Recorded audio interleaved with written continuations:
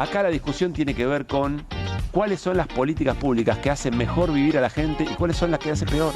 Ahí aparece la resistencia de los ajustados. Hoy por hoy la respuesta parece estar, siempre es combinada, pero parece estar más cerca de que la grande mayoría de la sociedad entiendan que cada vez le va peor y empiecen a conectar puntos. La virtud de la política tendrá que ver con tratar de evitar la mayor cantidad de sufrimiento de la sociedad y poder generar un movimiento contracíclico a este modelo que le ponga por lo menos reparos o le haga frente. En eso parece que andamos. Creemos que el Garrahan puede ser una trinchera porque después van a tener que aplicarlo lugar por lugar la reforma laboral. Van a tener que ir a decirle, no pueden hacer asamblea, no, tienen que laburar 12 horas.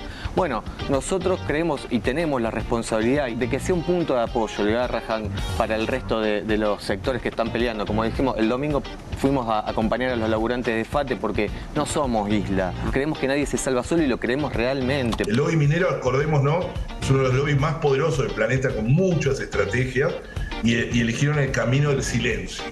Hay 3 temas en Extraordinario. Reforma laboral, que la sociedad lo ha hablado. Baja imputabilidad también, con mucha fake news. Ley de glaciares, la gente no sabe bien. Ni lo escuchó. Está en juego donde nacen los ríos de nuestro país, que es lo que se quiere entregar a 6 grandes multinacionales mineras. Esto es parte de un proceso de hacer pelota a la industria, reprimarizar la economía al paroxismo y la minería llevada al extremo, ¿no? Hay un montón de elementos del recorte presupuestario que lo que hacen es poner en evidencia que lo que está detrás de la ley del recorte presupuestario a las universidades no es un asunto de ahorro fiscal. Es un intento de destrucción del sistema universitario. Argentina termina el año con el gasto público en educación superior más bajo de América Latina, la tasa de matriculación más alta del continente. Tiene Argentina. Lo que uno va viendo es el Estado que se corre, los negocios que avanzan en la salud, y un pueblo, ¿no? Las personas, los científicos, que salen a tomar la historia en nuestras manos y decir, no me puedo quedar como si acá no estuviera pasando nada, ¿no? Que yo como representante sindical, ¿qué tengo que hacer si no te escuchan, no te dan una audiencia, no te dan una solución y castigan a los que están luchando? O sea, son cosas tan legítimas las que defendemos. En estos tiempos parece estar muy claro todo, donde cada mes que pasa las familias están más endeudadas, las empresas también, en donde el modelo se recuesta cada vez más sobre la valorización financiera, la timba, que sobre el incentivo para invertir, para contratar, para respetar derechos laborales y sobre todo para pagar buenos salarios. No parece tan difícil. Este 2026 arranca con este desafío bien claro. Es el modelo estúpido.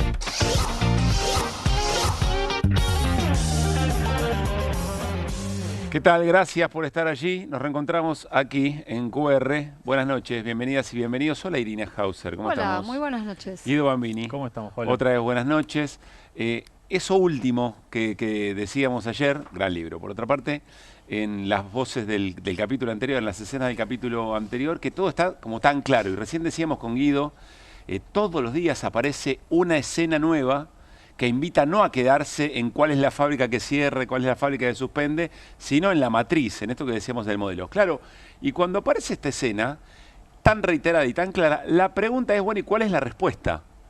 Y vamos a arrancar la mesa de charla, la mesa de debate aquí en QR, como lo venimos haciendo en este 2026, con esta definición de la CGT, que cerca de las 5 de la tarde, 6 de la tarde, tomaba una definición sobre qué iba a ser el viernes, cuando se tratara en el Senado otra vez la reforma laboral, y esto decía Jorge Solá. Digamos, y hecho ese paso, lo que queda por nosotros es interpelar y llevar la petición al Poder Judicial para que vea la inconstitucionalidad de esta ley. ¿Se analizó hoy otra medida de fuerza para el viernes cuando se trate de ley en el Senado? Nuestra presentación, nuestra movilización va a ser el día lunes a Plaza Lavalle. Luego, por supuesto, nuestro reclamo, nuestro plan de acción, esto va a seguir siendo a medida que vayan sosteniéndose no solamente lo que hoy está en la tapa de todos los medios, que es la reforma laboral, sino lo que viene sucediendo con la gran caída de puestos de trabajo, con la desaparición de pymes, con el endeudamiento familiar, con la caída del poder adquisitivo. Ahora vienen meses muy complicado, donde cada gremio, cada actividad tiene que discutir paritarias y donde lo que prometió el gobierno, que la inflación iba a ir a cero desde mayo. Bueno, allí Jorge Sola dice, no va a haber movilización el viernes, ni paro ni movilización el viernes, que se trata en el Senado de la Reforma. Le vamos a apuntar, porque esto se va a judicializar y ahí va... Todas nuestras organizaciones, pero también a los medios, que teníamos por delante en diciembre un largo trecho, el que recorrimos. Hablamos con más de 16 gobernadores, con más de 40 senadores, con más de 50 diputados y efectivamente tratándolos de convencer y de hacerles ver lo nocivo que era este proyecto. A la luz de los resultados pareciera que no ha alcanzado la mirada que eso y las coincidencias que muchos de ellos tuvieron, algunos de ellos representantes de su propia provincia en el cargo de gobernadores y de senadores. Bueno, luego vemos que algunos no han mantenido esas coincidencias en el debate. Acá la cosa ya se empieza a complicar un poquito, ¿no? Nosotros hicimos lo que... nosotros ya hicimos el esfuerzo. Algo así como ya dimos. Ya está. Ya dimos nosotros. Dimos todo. ¿No? Dimos todo. Me resulta verdaderamente extraño que un dirigente sindical lo plantee en esos términos. A mí me parece que en este contexto nunca podés decir que... O sea, nada es suficiente. O sea, y contabilizar con cuántos gobernadores te juntaste, con cuántos diputados... A la luz de los hechos no sirvió. No, claro. Bueno... Tenés que ir para adelante, o sea, proponer ir para adelante, construir un liderazgo distinto, no esa pasividad con la que se ve. Es que no se me ocurre, Guido Divina, no se me ocurre pensar qué sector que hoy esté haciendo esfuerzos en la sociedad argentina puede darse el lujo de decir, y ya hicimos el esfuerzo necesario, ya hicimos lo que teníamos que hacer. En un momento empieza a recopilar y dice, no, nosotros lo dijimos, en diciembre vamos a un camino de lucha. ¿Terminó? Entonces, lo que tengo que entender es que aquel camino que empezaron terminó en el momento que perdieron la pelea. Estamos hablando de que todos los días cierra algo. Cierra una empresa, una fábrica, un algo. O sea, ¿qué es lo que se terminó? Eso es lo que yo no entiendo. Bueno, me resulta asombroso. Evidentemente se terminó. Y cambia el eje, ¿no? Porque dice, no, empiezan las paritarias ahora. Claro, y todo bueno. eso. Esperemos que las paritarias con un poco más de fuerza porque aún las registradas en el promedio vienen a la baja. Vienen a la baja, sí. Bueno, es que sí. ¿Qué se ha conseguido en paritarias? ¿Un 1%? Sí, más allá de los topes que pone la Secretaría de Trabajo, como, bueno, el ancla sos vos, algo, claro, ¿no? Algo muy certero que durante el 2025 dijimos mucho en QR, topeando en ese 1% a las paritarias para que sean un ancla antiinflacionaria, que digo, no está funcionando, no estaría funcionando. Bueno, me parece que habría que negociar con un poquito más de vehemencia. Es muy fuerte. Da la impresión de que consiguieron algo que en la negociación que... Y claro, porque encima en el medio lo que consiguieron tiene que ver con su propia subsistencia, que no es menor, ¿no? El sostenimiento de los recursos de los sindicatos, de las obras sociales, no es un tema menor. Pero da la sensación que ahí hay un... Pero está bien, por eso decís que ya diste todo. Con una empresa cerrándote todos los días en la cara. Yo, dirigente gremial, en mi vida diría, ya hicimos todo el esfuerzo posible. Pero en mi vida, aunque hubiera ganado todo. Eso es lo que me llama la atención. ¿Quién se puede sentir representado por esto? Es muy difícil. No sé, me cuesta entenderlo. Pero además, pues sí, bueno, lo que pasa es que viene todo para atrás. La verdad que en toda la región y en todo el mundo es una batalla perdida. Y la verdad que no. Miren estas dos cosas de hace un rato nada más, no sé por cuál vamos a arrancar. México. La Cámara de Diputados de México aprobó con 409 votos afirmativos la reducción de la jornada laboral a 40 horas semanales. Actualmente es 48 y bajará 2 de manera gradual cada año hasta 2030. O sea, está pasando otra cosa. Puedes decir, bueno, Claudia Sheinbaum es oficialismo. Sí, bueno, está bien, pero vos tenés dónde respaldarte para ir a darle pelea a lo que te está pasando en tu propia tierra. Y miren más cerquita todavía, siempre en nuestra América, miren en Uruguay, miren esta noticia. Condenan a Uber en Uruguay a pagar aguinaldo y vacaciones y se abre un frente judicial para las apps en Argentina. Es decir, algo que está pasando en Uruguay, del Poder Judicial en Uruguay, que le confirma los derechos de los laburantes a las trabajadoras de plataforma, que acá lo dejaron, ahora fue, por completo. Le dijeron, ustedes son igual, son otra empresa, igual que las plataformas. Bueno, ahí también tenés un lugar donde ampararte. Decir, che, mirá, está pasando esto en otro lado, está a nuestro favor. Es un fallo que les reconoce el vínculo laboral. Muy a contramano, no solamente de la ley, del proyecto que se está por votar, sino también de la última jurisprudencia de la Corte, que muchas veces no reconoce el vínculo.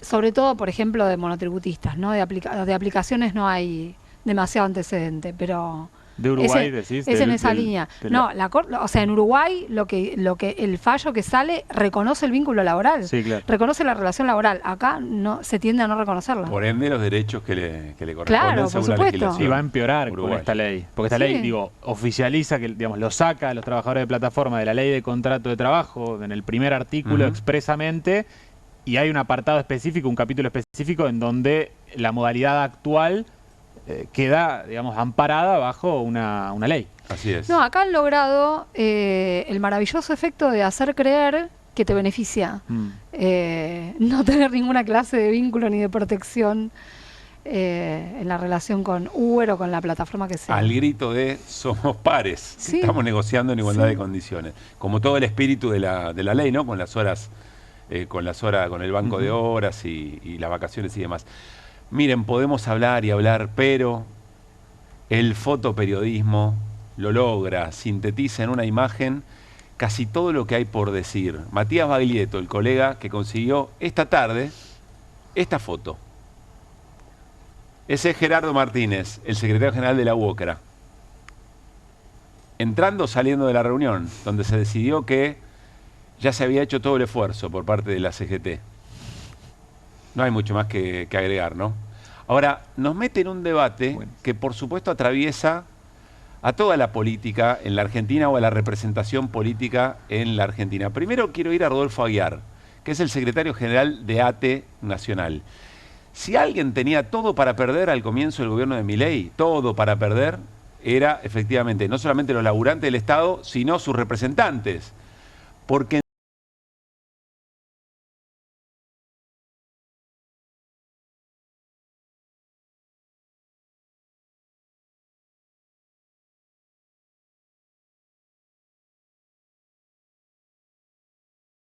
en general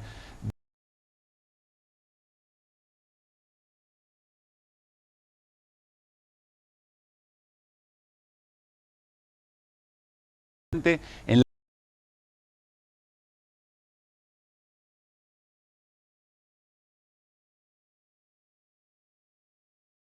Yo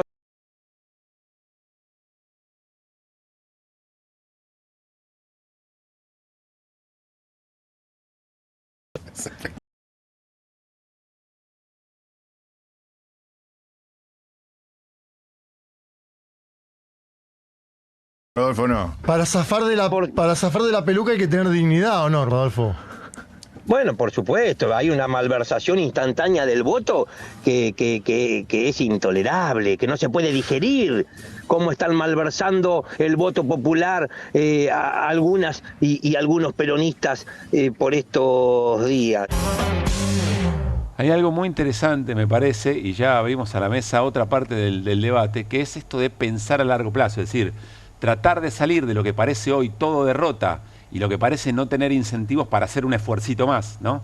Salir a la calle, aunque no te vaya como vos esperás que te vaya, etcétera, etcétera, que me parece empieza a colarse en algo que hoy vamos a trabajar fuerte en el programa, porque vienen Nicolás Terechuk, politólogo, y viene Lucy Caballero, socióloga, para hablar la construcción, los desafíos de la construcción política aquí en adelante en esta escena. Y casi que el nombre propio de este debate, en este tiempo, hoy estuvo charlando con Jorge Fontevecchia, es Carolina Moisés, la diputada, senadora, exdiputada peronista, que se corre del bloque y efectivamente termina aceptando un cargo en la vicepresidencia de la Cámara, sabiendo que era toda una operación de Patricia Bullrich para después decir, ups, en esa foto de reconfiguración del Senado. Escuchen lo que dice con atención Carolina Moisés, que la llaman de todos lados para preguntarle y ella acepta y bueno, y da sus argumentos. Mira, yo le aclaré a ella y a los gobernadores, nosotros no somos aliados de Bullrich. No, aliados no, pero sí dialoguistas. No nos vamos con Milei, no somos libertarios, somos peronistas, somos opositores. Sí. Sí, me gustó lo que dijiste, con sentido común para usar ese lugar opositor y esas bancas. La sociedad definió quién gobernaba y quién era oposición. Por ahí parte del debate que tenemos es metodológico y pragmático con el peronismo. Si la sociedad dijo que seamos oposición, y tenemos que ser oposición, no podemos quedarnos sin ocupar las comisiones. Miren, les doy otro ejemplo. Sí. Ustedes llevan muy bien, digamos, la agenda. ¿Qué es otro de los temas que se van a tratar en el Senado durante todo este año? Los 300 cargos vacantes de la justicia federal. Que van a quedar con un nutrido número de senadores para... Hace 2 semanas se constituyó la Comisión de Acuerdo, donde se firman los acuerdos para todos los jueces, embajadores y cargos de los militares. Sí. Y el que fue otra pelea. Y el kirchnerismo no quiso ocupar los lugares. No quiso ocupar el lugar No para ocupó hablar ningún los lugar de la jueces. Comisión de Acuerdo. Bueno, ahí hay algo interesante que es el peronismo con sentido común. ¿Qué significa el sentido? Esa es la disputa de la construcción política. ¿Cuál es el sentido común hoy de ejercer la representación de la política de determinados sectores? Y ahí creo que se abre una discusión interesante y que al peronismo la atraviesa de punta a punta en el presente y en su historia. ¿No? Sí, ¿Qué significa ser pragmático? ¿Qué significa ser sentido común? Y dar la disputa, decía Carolina Moisés, bueno, por los roles, por los cargos y demás. Perdón, Guido. No, me quedaba con esta cuestión de los lugares se ocupan. Bueno, a ver, y que no son aliados de Bullrich. El primer paso fue darle una victoria a Bullrich, me parece, ¿no? Digo, tal vez Carolina ve algo que no vemos a largo plazo. Es una estadista y no lo sé. La verdad que no lo veo yo. Digamos, lo primero que logró fue debilitar al propio bloque peronista. Exactamente, sí. Por una cuestión de... Sí, bueno, de posicionamiento no personal también, me parece, ¿no? Eso es lo que no sabemos. Pero a mí me da la sensación que la discusión tengo la duda, sí. Que la discusión es qué significa ese sentido común o ese pragmatismo y cómo se evalúan qué cosas hay por ganar en el realismo de esta escena, posibilismos, y eventualmente cómo se van construyendo bases sólidas para vos después representar, sí, en otra o para armar esa correlación de fuerza a futuro.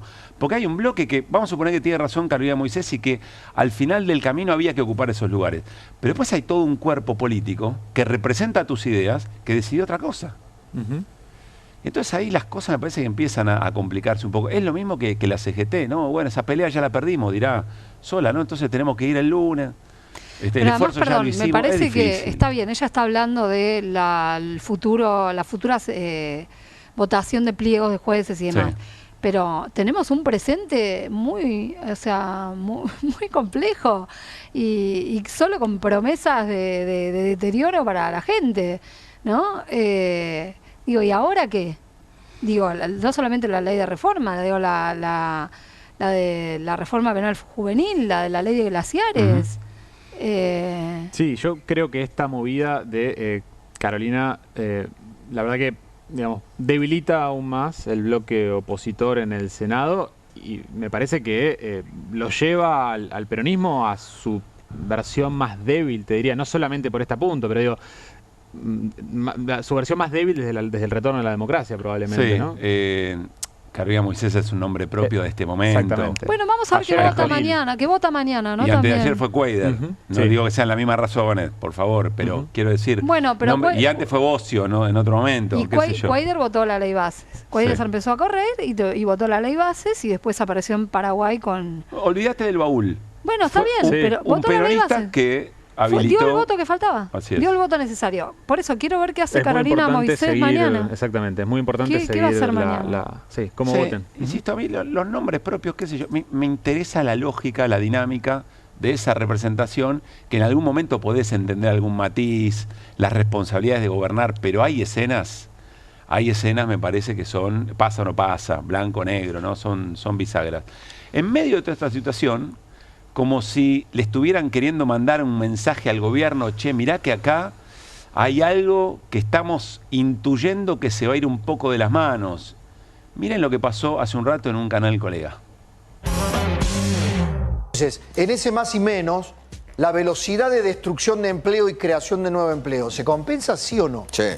Vos imaginate que lo repasábamos los otros días, ¿no? 30 empresas, entre industrias, empresas, comercios, qué sé yo, pero 30 cierran por día. Sí. ¿No? Sí. Y en esos 30 hay cientos de personas que por día pierden empleo, ¿no es cierto? Estás hablando de promedio una empresa por hora ¿no? Sí. Y por hora también hay cientos de personas que están perdiendo su trabajo, ¿no? Bueno, no es el dato, porque Guido Bambini lo viene diciendo en todos estos días. Esta misma información, no es el dato. Hay algo curioso, porque en las vocerías paralelas del gobierno es como si estuvieran diciendo, che, acá hay algo que preocupa. Yo tengo una duda, si es el comunicador que efectivamente tiene cierto sentido de saber, o hay algún sector del gobierno con terminales en distintos voceros paralelos que están saliendo a mostrar su preocupación frente a un Ministerio de Economía que dice quédense tranquilos, crecemos al 6% este año. Es evidente, se concatenan, digo, Cavallo, Melconian, Brito, ahora los periodistas, los colegas. Sí. Parece, digamos, al unísono. Fernando Marul también, algunos economistas más ortodoxos que plantean que el tipo de cambio está atrasado. Sí, parecería ser que no son todos libres pensadores, me parece. Y que alguien está enviando un mensaje porque algo está pasando, algo está crujiendo y fuerte en este comienzo de tercer año de Javier Milei, que siempre los terceros años de un mandato son bisagras, pueden ser muy problemáticos. Bueno, vamos a arrancar o terminar, completar la apertura del programa diciendo presentes. Hoy es un día muy especial en la Argentina, muy especial, porque hoy han comenzado las clases. Es cierto, los calendarios son distintos en todo el país, hay otras provincias que comienzan en distintos momentos. Es más, aún algunas provincias que tienen que comenzar probablemente no comiencen porque hay conflictos salariales, de condiciones de trabajo, y vamos a ver cómo se dan esas cosas. No me quiero detener en eso, ya lo vamos a ir comentando a medida que suceda. Pero hoy en muchos distritos han comenzado las clases. Y nos queremos detener ahí diciendo presentes porque como si fuera una suerte de resguardo de nuestro vínculo comunitario más primario, ahí se dan distintas representaciones que parecen recordar nuestro acuerdo más genuino. Nuestro acuerdo más genuino que tiene que ver con el futuro y que tiene que ver con pensar las nuevas generaciones, con formar, con educar, con contener en algunos casos, y siempre dicen presentes los docentes, los y las docentes, las autoridades de las escuelas, los no docentes, las tareas de maestranza, etcétera, etcétera, las cooperadoras, las familias, todos y todas confiando una y otra vez en cada comienzo de año en ese vínculo tan primario que es el acuerdo que tenemos, insisto con esto, comunitario, porque atraviesa a toda la comunidad en distintas responsabilidades y que, insisto, volvemos a confiar en este primer día, en que acá está lo importante y acá se nos juega la vida, el país, nuestra sociedad, en representación de nuestros hijos, lo de los demás, es decir, el otro. Esa cosa tan solidaria que significa apostar a una escuela y sobre todo en la escuela pública. ¿Por qué me quiero detener hoy? Nos queremos detener hoy en esto. Porque es verdad que la vocación docente, que uno tenga memoria, nunca la pasó bien. Vienen peleándole al salario y a las condiciones de hace muchísimo tiempo y en distintos gobiernos. Por supuesto, algunos gobiernos con una vocación de política pública, de defensa efectivamente del trabajo docente, otros no. Pero en este momento parecen estar pasando cosas nuevas, cosas distintas. Solo para enumerarlas, voy a dejar para el final la más obvia. Los pibes y las pibas parecen que vienen alimentando sus ansiedades, su atención, su capacidad de atención con elementos que nosotros no tuvimos. Están las nuevas tecnologías, las redes sociales. Eso ya de por sí es todo un desafío. Cambia también la manera de mirarse entre ellos y ellas. Es decir, ya trabajar con 36, 37 pibes y pibas en un aula no es lo mismo que antes. Se llevan distinto, la relación con la autoridad de los docentes es distinta y ya quizá un solo docente no alcanza y debería pensarse otra dinámica de aula. No hay mucho tiempo para eso, porque se está peleando por el salario, porque la escuela tenga agua, tenga electricidad, tenga ventanas, tenga calefacción. Pero claro, también aparece la deslegitimación permanente sobre el trabajo docente. Y eso sí le compete específicamente a gobiernos de las características del de Javier Milei. Una desestimación muy profunda de la escuela pública, de la vocación que tienen los trabajadores y trabajadoras de la educación a la hora de tomar la decisión primero de formarse como docentes y luego de resistir. De además de tener que pelear por su salario y sus condiciones, darse el tiempo de pensar esas nuevas dinámicas, de pensar las actividades, de corregir cuando necesitan 2 o 3 empleos para llegar a fin de mes. Ese ataque sistemático también los hiere profundamente. Y a veces da la sensación que no reaccionamos nosotros, comunidad y familias, a la altura de lo que les está pasando a los y las docentes y a las autoridades de las escuelas. Deberíamos decir, che, paren el mundo. Las escuelas no están funcionando, necesitan otra cosa. Perdón, sí están funcionando. Retiro eso que dije. Quedó muy claro en la pandemia. Las escuelas funcionaron, aún en esas condiciones tan adversas. Pero se les está faltando el respeto de una manera tremenda. Y es como que no reaccionamos de esa forma. Pero también hay otra cosa que pasa, que es que da la sensación que afuera de la escuela todo está roto o casi roto. Que un montón de cosas en las que creíamos se están resquebrajando. Muchos acuerdos de convivencia, mucho respeto por cosas que eran intocables. Hoy una directora de una escuela de la Ciudad de Buenos Aires dijo, y emociona hasta las lágrimas estar ahí, si son padres, madres en edad de pibes en escuela primaria sobre todo, sabrán de qué les estoy hablando.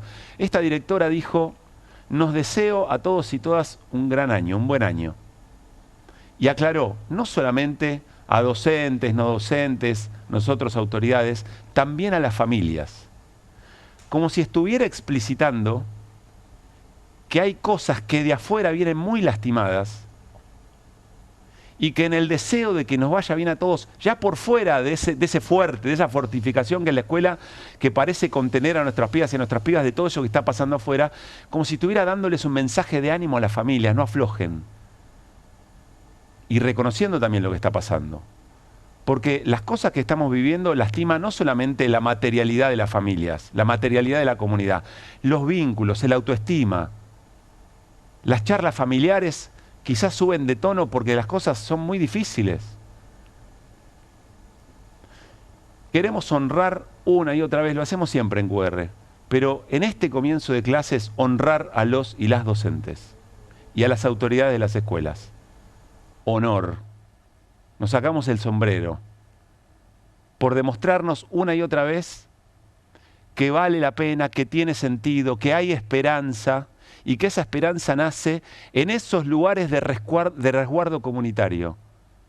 Ahí donde todo parece poder componerse cada día un poquito y lo vemos en eso que logra la cooperadora, lo vemos en ese pibe, en esa piba que tenía alguna dificultad y que la escuela lo hace salir adelante, en la solidaridad entre las familias. No solamente en la sonrisa de los pibes y las pibas, en el aprendizaje de las nuevas preguntas a este tiempo tan desafiante. Nos hace falta mucha mirada de niño, mucha mirada de niña, que parecen mirarnos desde ese resguardo de la esencia de ser comunidad y hacernos preguntas que nos interpelan, porque observan que todo se está resquebrajando, que hay mucha cosa rota.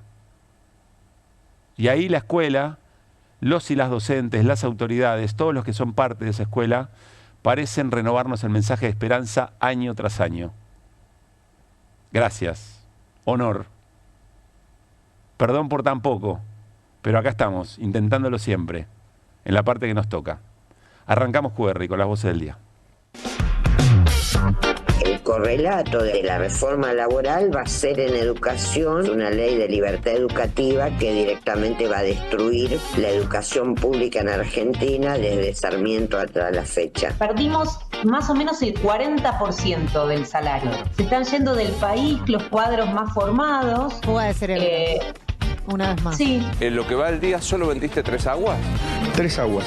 Fíjate, no entra nadie. Está vacío todo la calle. ¿Cuántos son tus gastos? No, los gastos monstruosos. Si Argentina está cara, no jodan más con eso. Argentina es un país valioso y la dimos vuelta. Peor que esto no podemos andar. Hasta el 24 nosotros estamos recibiendo 240 pesos el kilo de hoja verde. Hoy 80 pesos. No nos vamos a quedar en el camino. Ese es el precio que hay que pagar para que nuestros nietos tengan una Argentina normal. Dejar en el camino una industria y su gente, no creo que sea el precio que haya que pagar. Tengo comercio, las ventas caídas, totalmente caídas. ¿La reforma laboral, alguna opinión? Totalmente en contra. Ojalá que se pueda derogar en los próximos gobiernos. Destruir toda la industria porque ellos dicen que es ineficiente y cara. Bueno, dedícate a que sea eficiente y barata, ya no un industricidio. Estamos viendo un plan de exterminio de la industria nacional.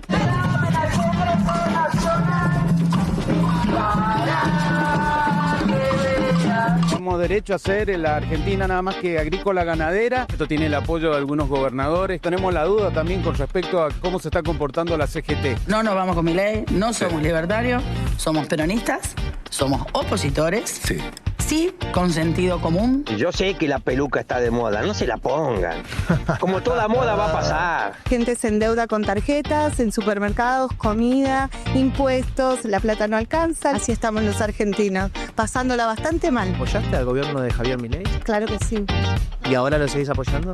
Conozco gente que hasta abrió champán el día que ganó, qué sé yo, y hoy se quedan sin laburo. El próximo lunes, una movilización hacia Plaza Lavalle, acompañando la petición a la justicia que intervenga en la inconstitucionalidad de esta ley. Si no resistimos, lo único que va a pasar es que esta gente va a seguir saliéndose con la suya. Los verdaderos ladrones son ellos, no la gente que está en la calle. ¡Trabajador! ¡Estamos avanzando! ¡De tu jubilación! ¡Te lo estarás pagando! Esa marcha de los miércoles, ¿no? Tan poco cuidada. Siempre pienso, hay una invitación permanente, hay una configuración de día y hora en las semanas de la Argentina, donde te invita a aglutinar a todos los sectores que están protestando por las políticas de Milei. Y cada vez es más flaquita esa movilización, y no por jubilados y jubiladas, por cierto, que se la bancan como locos. Bueno, está el vasco Ignacio de Mendiguren con nosotros, fue ministro de Industria. Vamos a charlar con él sobre este día de la marmota, de todos los días, expresidente de la Unión Industrial Argentina, por supuesto también. El día de la marmota decía porque todos los días es una fábrica distinta, una empresa distinta que cierra, que suspende, que echa gente. Y ya vamos a hablar con él. Quiero decirles que enseguida hablamos, ¿qué está pasando con el dólar? Con Guido Bambini.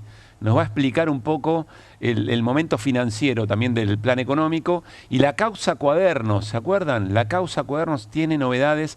Con Irina Hauser lo vamos a repasar. Tengo muchas ganas de que comience también la charla con el politólogo Nicolás Tereshchuk y la socióloga Lucy Caballero sobre el desafío de la construcción política de este tiempo. Lo voy a saludar al Vasco de Mendiguren. Vasco, ¿cómo estás? Muy bien. Buenas noches, gracias por estar. Oh, por favor, te agradezco mucho que me me sos invites. de las personas con las que mejor se puede conversar sobre lo que está pasando hoy en la industria en Argentina, así que gracias por eso. No, por favor. Quiero, siempre que lo hago, aportar. Sí, de una experiencia que me tocó difícil y que salimos muy bien, y salimos produciendo de una crisis terrible que dejó la misma gente que hoy está en el gobierno. ¿Te referís a la crisis del 2001? La salida de la convertibilidad. Pero eso, peor default de la historia. ¿Y cómo se salió? Me tocó ser el primer ministro de la producción, así que conozco como cuando vos pones el eje en la generación de riqueza.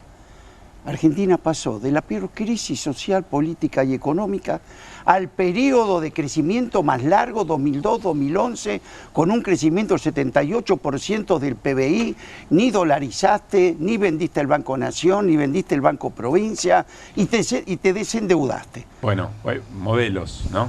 Vos por eso tenés un libro sobre la salida del 2001. Sí, Recordá sí. el título, Vasco, por favor. 2001-2021, porque cumplían los 20 años, la historia no contada de la gran crisis y los acuerdos para el desarrollo, cómo salir. Bueno, ahora nos metemos en la charla. Quiero que nos acompañes, Vasco. Vamos a hacer un repaso de las últimas horas, un diario federal que solemos hacer en QR tanto en tanto. Creo que Guido va a agregar algunas cosas también. Pero vamos a hacer un mapeo de lo que está pasando en todo el país. Vamos a arrancar por Tierra del Fuego.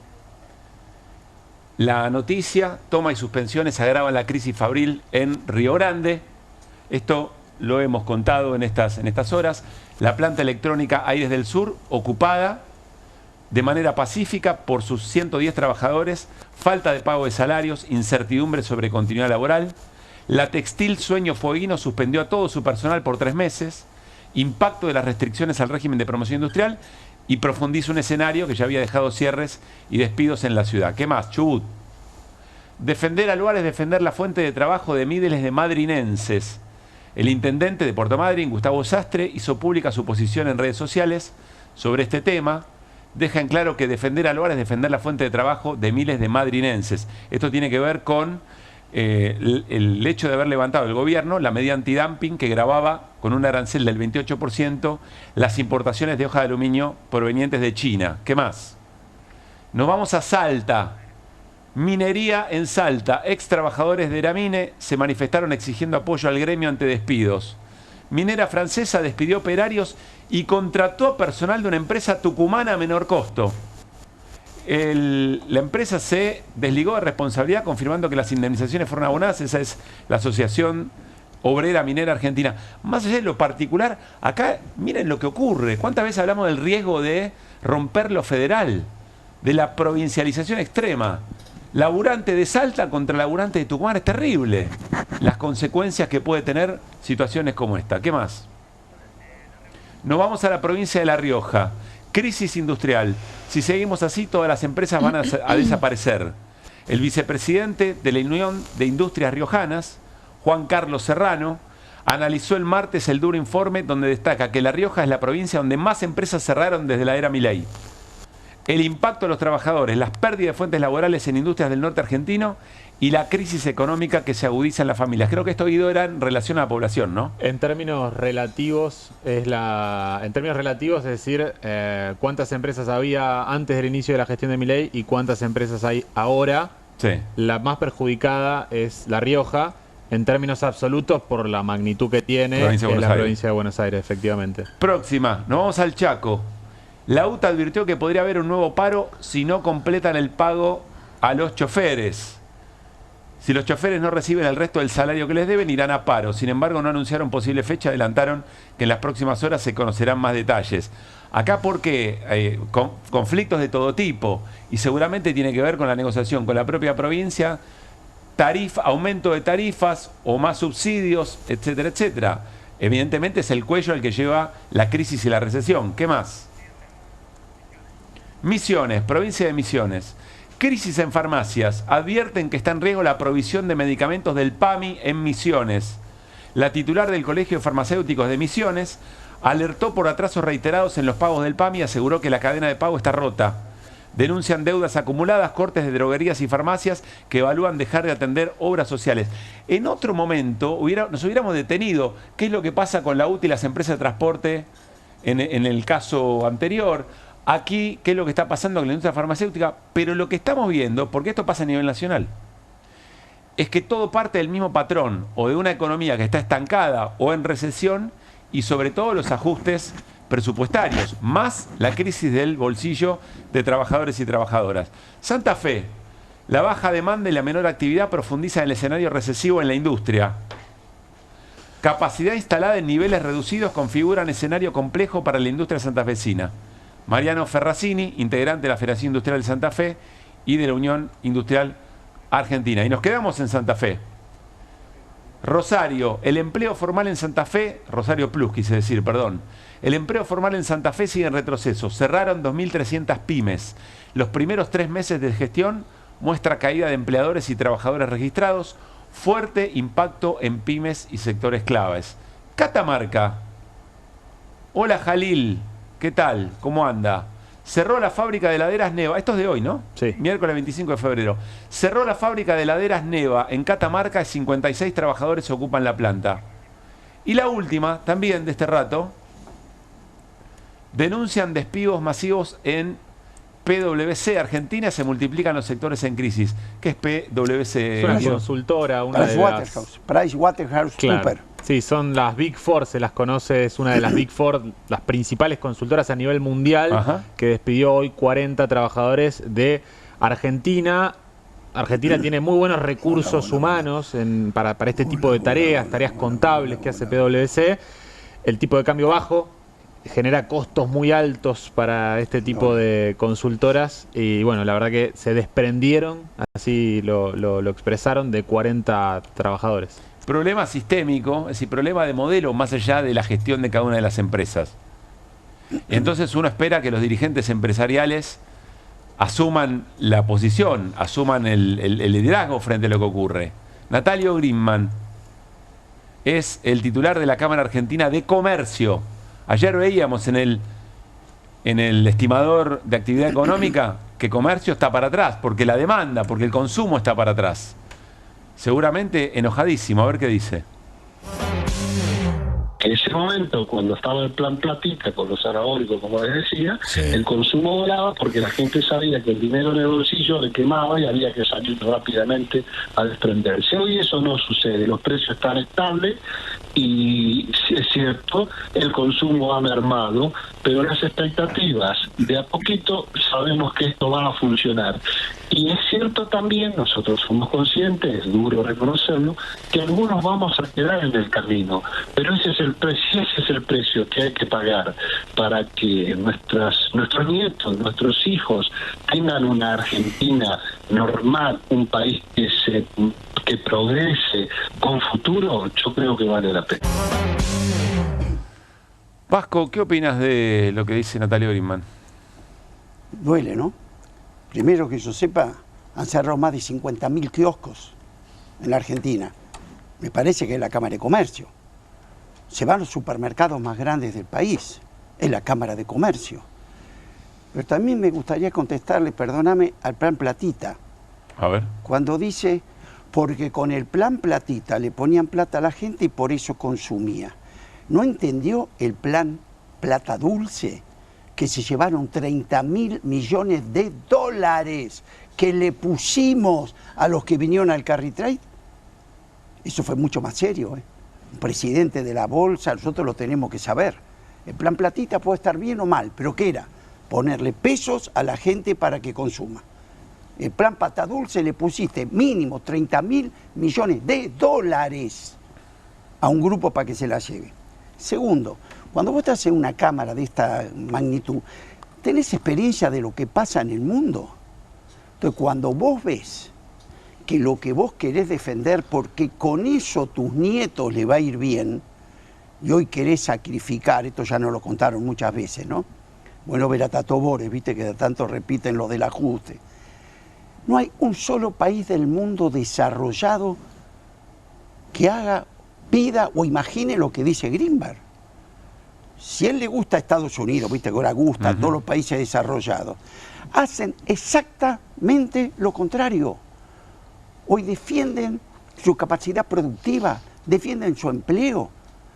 Un señor como Donald Trump, que sería el padre de nuestro presidente, violó todas las normas internacionales para reindustrializar Estados Unidos. Se rió del OMC, del acuerdo del NAFTA que habían firmado con Canadá y México. Se rió y dijo, yo protejo mi empleo. ¿Querés que te cuente Alemania? Brasil, al lado nuestro. El plan este, que es igual, hasta la misma persona nos orientó, Brasil lo puso en marcha. Ahí no se peleó Lula ni Bolsonaro. Miran, esto no se pelearon. Pero además le pusieron 90.000 millones de dólares para política industrial. ¿Sabés cuánto acaba de poner China para promover la ciencia y la tecnología, y la I+D, y la inteligencia artificial en la tecnología del aparato productivo? 3 puntos del Producto Bruto chino. Entonces, de verdad, estamos hablando en serio. No tenemos esta experiencia, no leemos, bueno, ni siquiera tenés que leer un diario, un portal de lo que está pasando, cómo el mundo está protegiendo su capacidad productiva. Yo me imagino que cuando Grimman dice Bueno, algunos quedarán en el camino. No creo que él sea uno de los que vayan a ¿Pero quedar. vos te acordás qué ¿no? pasó con Griezmann? A ver. En una reunión que no sé de cuándo era, creo del CICIP, Sturzenegger le dijo en la cara: vos me estás reclamando un subsidio que le sacás a tus empleados y no te lo voy a dar. ¿No te acordás? Me acuerdo de la reprimenda de Sturzenegger, no me acordaba que era Griezmann. Porque la Cámara de Comercio cobraba a cada empresario para capacitarlo, creo que la recaudación era 67.000 millones de pesos. Los aportes de las cámaras, sí, claro. ¿Y sabes qué hizo? Por eso está contento Griezmann ahora. Se lo retó en público, lo dejó mal. Parece que se lo devolvieron, la mitad. Entonces, estás pensando en tus nietos, pero adentro te llevas todo el subsidio de la capacitación que no das. Entonces, seamos serios. Mira, yo vengo ahora y digo, acabo de llegar. Estuve en Italia y en España. Fui a la Confindustria, que es la Unión Industrial Italiana, y a la COE, que es la Confederación de Entidades Empresarias Españolas. ¿Sabes cuál es el tema de las dos? ¿Cómo es su postura para preservar sus activos productivos en este reordenamiento mundial que saben que les puede pegar muy fuerte? Entonces, lo primero que piensan es cómo protegemos lo que tenemos, porque es fácil destruir, construir como lo haces. Entonces, esa es la preocupación del mundo desarrollado, que se ve que Griezmann no conoce, no tiene diario, no los lee. Entonces te dice, acá tienen que caer. ¿Por qué? Porque son ineficientes, siempre cayeron los ineficientes. Ahora, que vos te caigas porque la macroeconomía que está de tu puerta del comercio, de la puerta de la industria para afuera, que vos no manejás, te liquida, entonces esa muerte no sirve. Es lo que famosos ellos identifican como la crisis sanitaria, no tiene otro nombre, como diciendo, hace falta que mueran porque va a ser necesario. La destrucción creativa. Exacto, la destrucción creativa. ¿Quién lo está haciendo? En Europa existió, fíjate, cuando España se tenía que incorporar a la Unión Europea, hicieron una lista, dijeron, che, en estos sectores vamos a tener ventas. Claro, eso se conduce políticamente, pero y hay una transición, hubo créditos para crear nuevos sectores, hubo créditos para transformar sectores y hubo créditos para bien morir. Claro. Yo soy vasco, Bilbao era una ciudad de astilleros, lúgubre, bueno, se la iba a transformar en una ciudad cultural. Sindicatos, obreros se pusieron de acuerdo, como se hace, es cierto, hubo financiación de la Unión Europea, es verdad, no es un tema menor, pero esto se planifica. Bueno, además te digo, vos sabés que yo pienso distinto, tengo un modelo absolutamente claro, distinto de esta gran oportunidad que tiene Argentina. Felicito al gobierno, porque la verdad no mintió.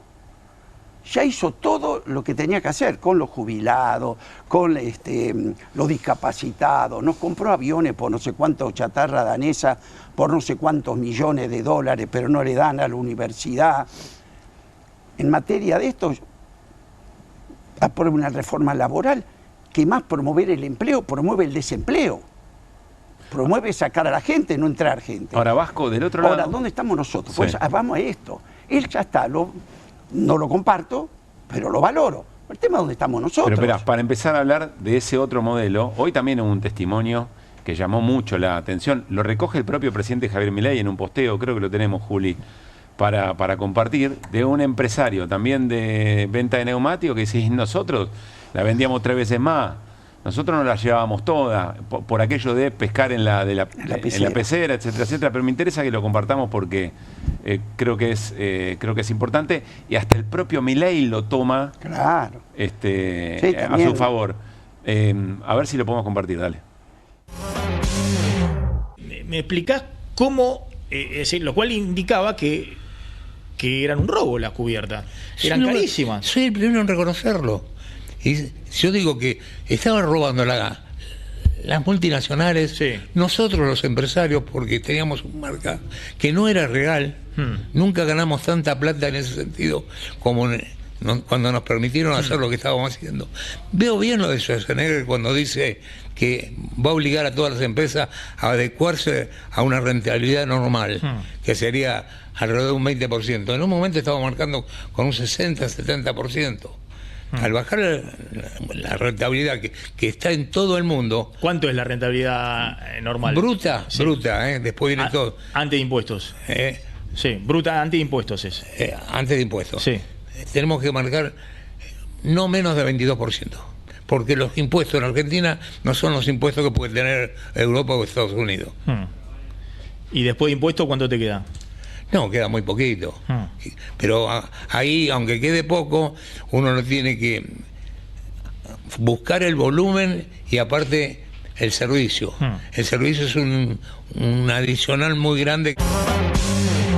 Roberto Méndez, de Newman, también empresa de neumáticos, y la cobraba. Nosotros nos llenábamos de plata. Cobramos 3 veces lo que... ¿No te imaginas que parece ser que le hicieron el libreto? Porque puede ser, y creo que esto no está bien y lo vamos a compartir, pero que esto y te lo fije como para que eso es el empresariado. Hay una campaña. A Paolo Roca, vos sabés que yo tuve diferencia con Paolo también. Perdón, que eran colaboradores del alza inflacionaria, porque aumentaba de esa manera o tenían esos precios y los salarios tenían que ir atrás a... Yo te puedo preguntar, ¿a quién no iba? Ahora el Uruguay cambiaba los neumáticos, ¿te acordás? Yo un día fui y me senté en la gomería esa que... Y dije lo de siempre, porque es el mismo Goodyear, el mismo neumático importado en Uruguay y acá. Entonces decía, ¿por qué dame? Y ahí te dan los números. Nosotros de ingreso bruto tenemos esto, de tarjeta tenemos... Hay un montón de crema. Sí. Yo siempre digo Zara, una empresa que ahora estuve viendo su producción en España. El mismo suéter, en el mismo lugar fabricado, acá cuesta el 40% más que en España. Pregunto, el señor dueño de Zara, Ortega se llama, que Gil, dice, che, los argentinos son todos giles, ponele 40% más que lo van a pagar. No, el tipo mira su estructura de costos comercial, lo que le cuesta un shopping en la Argentina, lo que cuesta acá, lo que cuesta la tarjeta de crédito, lo que cuesta acá, y creo que para cubrirse le pone esa crema. Pero igual, a ver. Pero esto parece ser un poco más que cubrirse. No, va a ver, contra todo Vasco, abuso. yo me acuerdo, había secretarios de comercio que le decían, a ver, muéstrenme las estructuras de costo y no se las mostraban. Nunca. Pues así. Ahora, dice que Schwarzenegger, ¿no? Le pide que aplique medidas de control de costos. Justo lo que Schwarzenegger le dice que es todo lo contrario, háganlo, vendan el precio que quieran. Esto es un sector que puede tener un abuso que él te agarras de ahí para destrozar ideológicamente a la producción local. Esto que busca enfrentar a la gente, con razón, con un tema con razón, a la producción local y volcarlo al importado. La silla de Martínez Dios que se rompía, es toda una campaña. Desprestigiar a todo tipo de empresario, ¿no? A Roca dice chatarrín, de los caños caros y también va atrás. Bueno, yo creo que está muy mal, me gustó tu editorial, de una Argentina quebrada, que todos los días nos quiebran más. Y yo digo, esto ya sabemos lo que piensan. La discusión es nuestra, la responsabilidad hoy, porque estamos seguros que este camino no cierra. Yo te digo, mira, la estadística. Te dice, subió 4,5 el Producto Bruto, viste, el año pasado. Muy bien, vamos a analizarlo. Y yo te lo voy a contar contra mi último periodo, último semestre del 2023. La peor seca de la historia. Te sacaron 22.000 millones de dólares que no te ingresaron por la seca, etcétera, etcétera. Contra segundo semestre del 2023, el campo creció el 44%. Obvio, cosecha récord, pero Milei no hizo llover, ¿eh? Hubo seca, hubo lluvia, hubo 44% más de ingresos. Las finanzas, el amigo Caputo, ¿cómo no van a subir? 32%. Intermediación financiera. Intermediación financiera. Minas y canteras, 17%. El superávit energético, ¿por qué está? Primero por un gasoducto que Milei nunca hubiera hecho, porque ese gasoducto era gasto para ellos. Y haber pasado de 4.000 en contra a 7.000 a favor, es porque estaba el caño. Se hizo, muy bien. Ahora, la industria de la que estamos hablando, en este periodo, cae el 14%. ¿Viste cómo es el promedio, no? En el promedio se ahogan los petizos. Claro. Vos haces las cosas, pero no te funcionan. Entonces, importante es, ¿por dónde vamos? ¿Hacia dónde vamos? Déjame hacerte, me la dejas picando, pero tenías la inflación descontrolada, Vasco. ¿Por qué? Vamos a hablarlo. ¿Crees? Y no quiero salir a defensa, pero hay que gente... No, pero no es para revisar el pasado, es para fundamentar un modelo antagónico a futuro. ¿Cómo resolvés eso? Claro, porque hubo una emergencia, todo el mundo se olvidó de la pandemia, un gobierno que entra a una pandemia con el país desfolteado en pesos, ¿nos acordamos? Macri dejó el país desfolteado en pesos, que el amigo, como era Cunza, llamó reperfilamiento.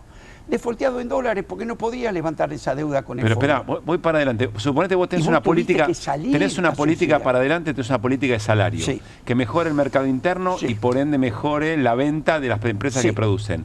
¿Y cómo haces para que eso no se te vaya a inflación? Pero por supuesto, produciendo, generando la riqueza, no a través de la especulación financiera, que sabés que no te queda. Yo sabés que soy desarrollista y en esto soy fanático de la oportunidad de la Argentina. Vamos a llevar el tema concreto. ¿Cuánto te va a dejar una tonelada de litio con el RIGI? ¿Cuánto te va a dejar la tonelada transformada con el RIGI? Pero además te va a dejar un país con tecnología en litio. Siempre cuenta, ¿cómo lo charlamos? El ejemplo, Nigeria y Noruega. Los dos tenían petróleo y gas en abundancia. Cuidado que hacia ahí vamos, ¿eh? Estamos firmando por 30 años. Hoy no lo vemos. Entonces, ¿qué hizo? Las mismas empresas, fíjate, Shell estaba en los dos países, British Petroleum en los dos países. ¿Qué hizo Noruega? Le dijo, venga muchachos, acá nosotros de esto vamos a hacer el desarrollo de Noruega. Primer tema, vamos a manejar la tecnología más moderna, obvio si querés manejar el negocio. Mandaron 400 técnicos al exterior a especializarse en eso. Segundo, ¿qué vamos a usar? Bienes de capital. Queremos ser los mejores productores en el mundo de bienes de capital. Hoy, después de gas y petróleo, lo que más exportan viene de capital. ¿Qué hizo con las mismas empresas Nigeria 20 años antes? Un RIGI. Le dijo, vengan, llévensela, no desarrollen tecnología local, tráiganla. Es más, y hasta los bienes de capital tráiganlos usados. Y además se la llevan, ni siquiera tienen que liquidar la plata acá. Y si hay un conflicto... Tribunales de afuera. En Washington. Y por 30 años. Yo fui secretario de Industria, nadie me pidió eso. Entonces, pregunta, ¿hacia dónde vamos? Entonces vos en el corto plazo te pueden entrar más divisas. Ahora, cuando vos ves los sectores que castigás, como dijiste, la creativa, la destrucción creativa, sí. Que es donde está el empleo, donde está el desarrollo tecnológico a través del INTA, del CONICET, y los sectores que premiás en un modelo extractivo, financiero, extractivo, primarizado. ¿Cómo lo reemplazás? Te queda una, exportar 25 millones de argentinos. Para los que somos, no cierra. Tengámoslo claro. Guido. Vasco, la receta, supongamos que 2027 vuelve un proyecto nacional y popular. Un proyecto de desarrollo. Se termina el gobierno de Milei. ¿La receta es la misma que post-2001? ¿Qué cambió? ¿Cómo cambió el mundo? A ver, me parece que... Pero estamos bien, ¿no? ¿Se lo escucha bien al Vasco? ¿Se lo escucha bien? Sí, estamos bien. Bueno, ojalá no sea el celu, Vasco. Hay un tema que es muy importante, que fue la experiencia del 2001, que hay que reconocerla. ¿Qué hubo en el 2001? Acuerdo político. Si no hay un acuerdo político y tenés estos líos, puestos todos los días enfrentándote, vas a llevártela, no vas a enterrarla, ¿no? La inversión. ¿Qué hubo? Ante un acuerdo político y los precios relativos, que era otra vez negocio producir en la Argentina, porque te fundías criando un ternero en la pampa húmeda, ¿sabés qué nos pasó? Febrero dejamos de caer, marzo da la vuelta y en 4 meses tuvimos 17.500 millones de dólares de desatesoramiento de la gente. Ni blanqueo, nada. Hoy en Argentina hay un PBI entero afuera. Vos prometele todo, pero si no hay estabilidad, no hay un acuerdo político y negocios posibles, no vienen. Lo que pasa es que la bronca política, el prejuicio político, la grieta parece más fuerte que eso. Sí, primero sí. El odio político. Claro, y la gente está enojada. Y está enojada con la política. No quiero quitarnos responsabilidad, pero también es bueno saber que después de la pandemia no ganó un solo oficialismo en el mundo.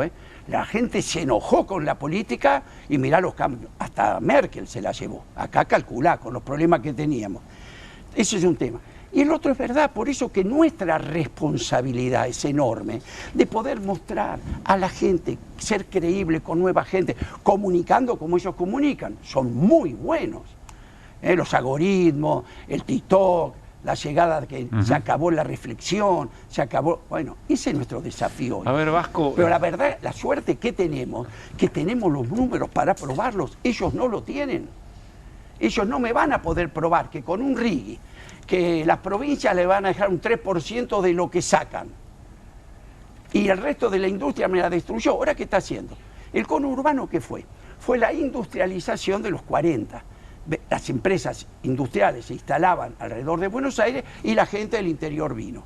Ahora, ¿qué quiere el gobierno? Dejarte la crisis para echarle la culpa a Kicillof, debe ser, y que el interior sea el nuevo conurbano de antes. Entonces, dejarte este problema.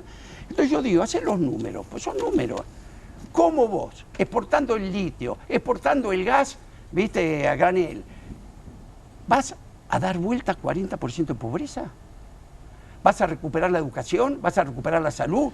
No, déjame no te dan los hacerte, números. tenemos que cerrar, Vasco, pero déjame hacer 2 preguntas bien puntuales.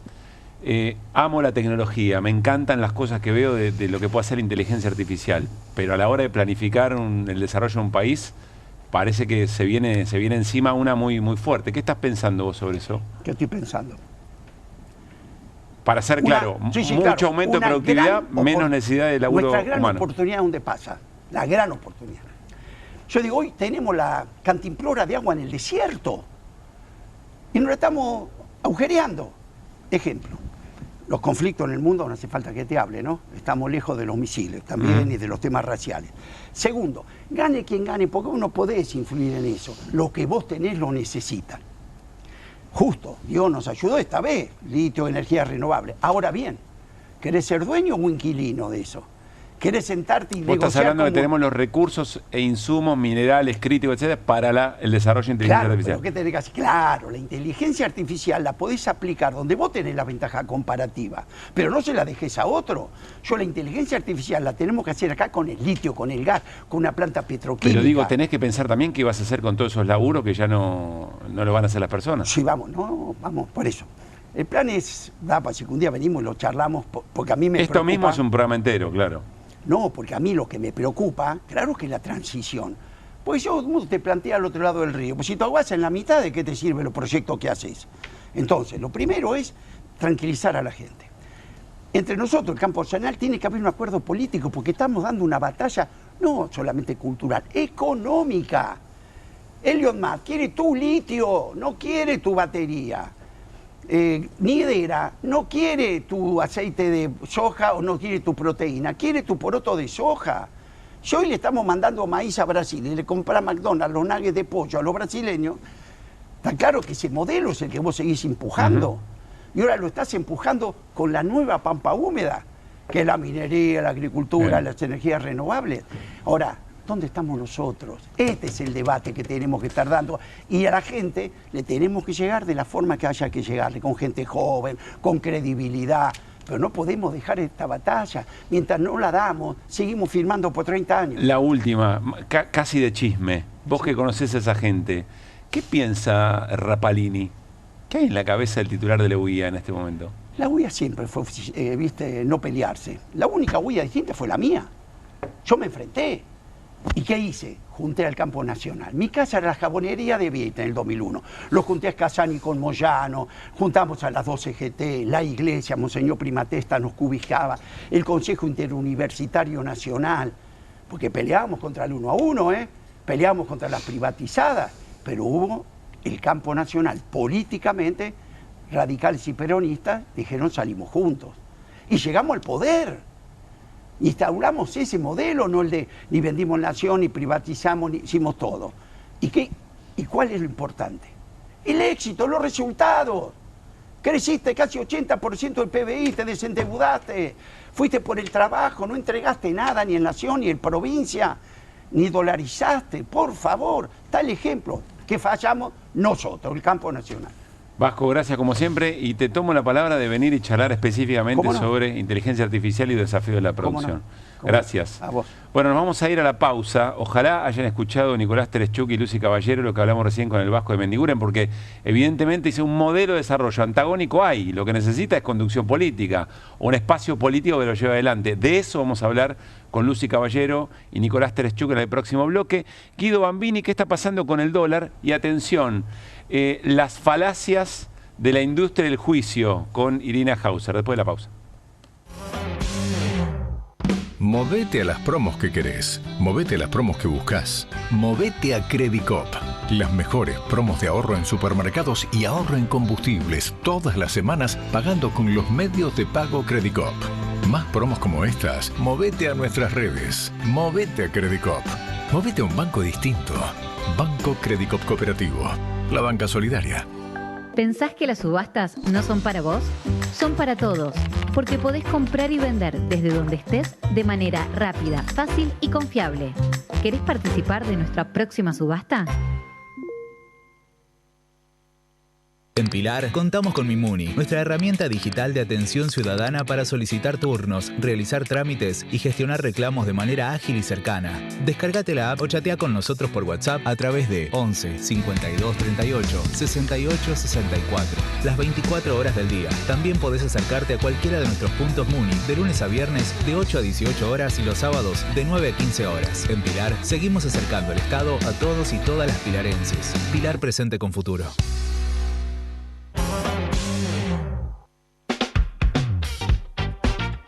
Siempre hay algo detrás que ayuda a que las cosas sucedan. Y eso es lo que hacemos. Detrás de un buen asesoramiento financiero está la entidad líder del Cono Sur. Puente. ¿Viste que los Martínez se fueron de vacaciones de nuevo? ¿Y a dónde se fueron? Parece que es un secreto. Según lo que estuve investigando, tienen que estar por esta zona. Acá actividades en el bosque. Hay muchísima agua. Tenemos vino, tenemos buena gastronomía. Están haciendo esquí. Montañas, velero, energía, lago. Mira, Andrés, ¿es Neuquén? Todo esto es Neuquén. Acaparó el rol de francos y se adjudica el éxito de las alianzas que el oficialismo necesita. En noticias de esta semana, Patricia Bullrich, la negociadora de la casta. Tensa calma con Karina y cruces con Santiago Caputo. El riesgo de que use su popularidad para presionar al gobierno. Además, insólito. De la promesa de demoler el Banco Central a reciclar su fachada. Turismo Runner, el circuito de maratones y el manual de reglas para las parejas abiertas. Revista Noticias. Entender cambia la vida. Moví a tu pyme, moví a tu comercio, moví a tu campo. Movete a Credicop, la mejor atención, condiciones y soluciones para que puedas desarrollar tu empresa, tu comercio o tu producción. Movete a Credicop, movete a un banco distinto. Banco Credicop Cooperativo, la banca solidaria.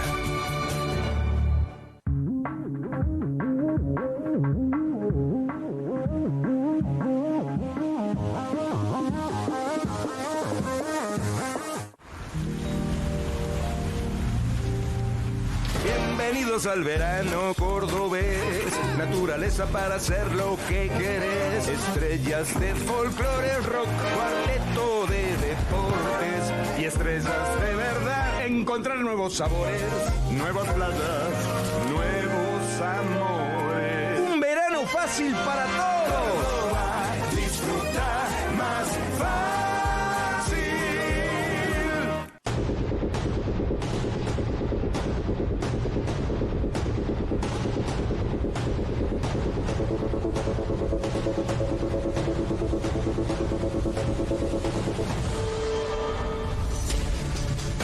Hay un código que identifica a cada pasajero. El de él es HIT, porque sabe que pagar el estacionamiento con el celu es un hit de verano, de invierno y de todo el año. Uf, casi. Hacemos de cada aeropuerto tu aeropuerto. Aeropuertos Argentina. Canal E. Todo el tiempo. Toda la economía.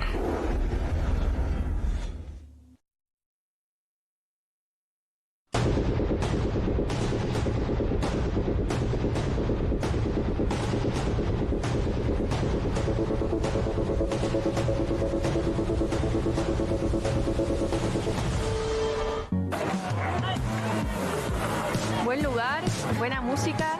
¿Qué más? ¿Qué más? Un brindis. Manso. Mendoza. Manso destino.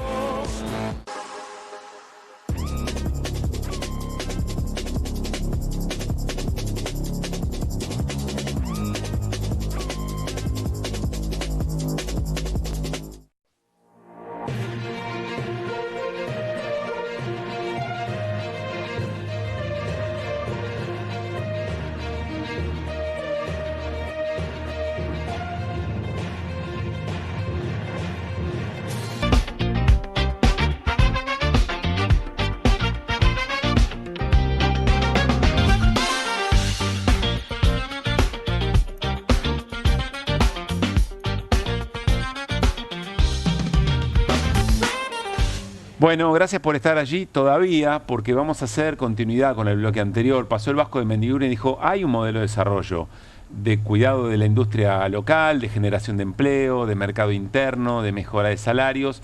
Se probó, dice el Vasco de Mendiguren, lo que pasa es que lo que falló fue la política, de alguna manera. Estamos aquí con Lucy Caballero, ella es socióloga, Nicolás Tereshchuk, que es politólogo. Ahora les voy a mostrar un libro muy interesante y yo diría muy sobre lo que vamos a conversar.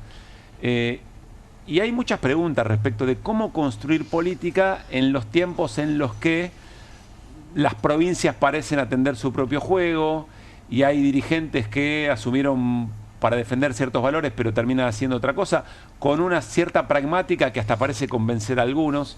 Un poco ese es el desafío. Lucy, Nico, ¿cómo andan? Muy bien. Gracias por estar acá. Gracias. Voy a mostrar el libro de Nicolás porque creo que vale la pena. Tengo que dar vuelta un segundito nomás antes que hagan zoom. Progres del mundo, ¿qué hacen las fuerzas políticas que se enfrentan a las derechas radicales? Gran tema de este tiempo. ¿Será diagnóstico o habrá respuestas? Hay que leerlo para eso. Vamos a ver. Tiene una pregunta demasiado simple para que abramos el juego. ¿Cómo se construye o cómo construye una oposiciones a un gobierno como el de Milei, o un gobierno de estas características, de tal manera que al mismo tiempo que pueda ganar una elección y construir puentes y frentes, después tenga una base ideológica que a la vuelta de la esquina no te convalide una reforma como la laboral, una reforma estructural de estas características? Es un ejemplo cortito en el tiempo, pero es el espíritu de lo que tenemos ganas de preguntarles. ¿Quién arranca? Bien, ¿quién arranca? Arranca. Es buena pregunta. Me parece que por ahí corresponde dividir lo coyuntura, digamos, lo más estructural de lo coyuntural. Lo que estamos viendo en estos días de un presidente que logra aprobar leyes en el Congreso tiene que ver muchas veces con dinámicas que son estructurales de la democracia argentina. Digamos, no hay, en eso yo no daría muchas sorpresas. Lo que sabemos del Congreso argentino es que... Esto ya ocurrió, decís vos. Sabemos cosas sobre el Congreso argentino. El Congreso argentino no detiene, digamos, a un presidente que está sólido o que está en alza. Tampoco tiene la fuerza suficiente para atajarlo si se está cayendo. ¿Sí? Las dos cosas son ciertas. En tiempos como los que estamos viviendo, por esa razón, uno puede pensar que el año pasado el presidente tenía mayorías de 2/3 en contra para aprobarle, para rechazarle leyes, para rechazarle vetos que hacían a cuestiones presupuestarias como la cuestión de la discapacidad de las universidades.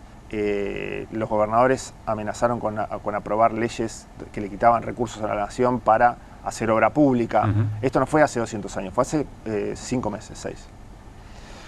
Entonces, en general, lo que pasa, yo creo que lo que pasaba el año pasado es que era un presidente que estaba aceleradamente perdiendo recursos de poder y que efectivamente estaba en riesgo su situación política y su estabilidad política y económica. Estamos hablando del Milei un mes antes de las elecciones. Sí, no estoy haciendo arqueología, digamos. Sí. Es entre el mes de septiembre, digamos, los meses que vinieron antes de septiembre y octubre, estaba pasando esto. En general, cuando los presidentes están en una situación donde se estabilizan, y eso pasó con la elección, porque hubo una elección donde la ganó, entre septiembre y octubre hubo una intervención de la Casa Blanca, digamos, en la elección nuestra, como nosotros nunca vimos en la historia de lo reciente de la Argentina. los 40 años de democracia, y pasaron otras cosas también, donde puede haber errores de la oposición o lo que sea. Él es ratificado en las elecciones y se estabilizan un montón de cuestiones, y lo más, digamos, lo más habitual, y cuando vos vas incluso a los archivos periodísticos, no te digo ya los estudios sobre el Congreso y la relación del Congreso al Ejecutivo, es que el presidente suele tener los resortes para pasar las leyes que quiere pasar. Ahora, perdón, pero leyes tan extremadamente regresivas como la que estamos viendo ahora, ¿no? ¿Eso no sorprende? Yo creo que está bien lo que planteás, pero que es parte del programa de este presidente. Es parte del programa de este presidente, es parte del programa que se ve que tiene parte de la elite de la Argentina y que lo está impulsando desde la ley base, es el DNU 70, digamos, que podría ser igual de regresivo. Hay cuestiones que se pararon, pero había barbaridades que estaban las mismas barbaridades en el DNU 70 y la ley bases. Entonces, eso como una cuestión que vos me decís, que si yo diría eso es lo que no cambia, ¿sí? Pero vos preguntaste cómo hace la oposición para volver a pararse y generar, digamos, una política que le permita ganar elecciones y eventualmente gobernar. Eso, digamos, me parece que, bueno, por ahí voy un poco a lo del libro, ahí están ocurriendo cambios en la Argentina, diría yo en todo el mundo. En los últimos 5 años hubo cambios, yo creería que más que en los últimos 50 años, y en el último año más que en los últimos 5 años. Enumeremos: geopolítica, las relaciones entre las personas, cómo se conectan las personas, tecnología, que al día de hoy nadie sabe qué va a pasar, qué efectos van a tener los cambios tecnológicos que están ocurriendo en este mismo momento mientras hablamos. Y menciono esas 4 cosas, de si la semana que viene va a haber o no otra guerra abierta como la que hay en Europa, pero en Medio Oriente. Podría estar un rato largo, lo que pasó el 3 de enero en Venezuela, y digamos, en Sudamérica en ese sentido. O sea, podría estar un rato largo hablando de por qué esos cambios... hay un nivel de transformación tan profunda todavía no digerido y no procesado. Entonces, en ese marco aparecen estas derechas radicales que tienen estos programas radicales, ¿sí?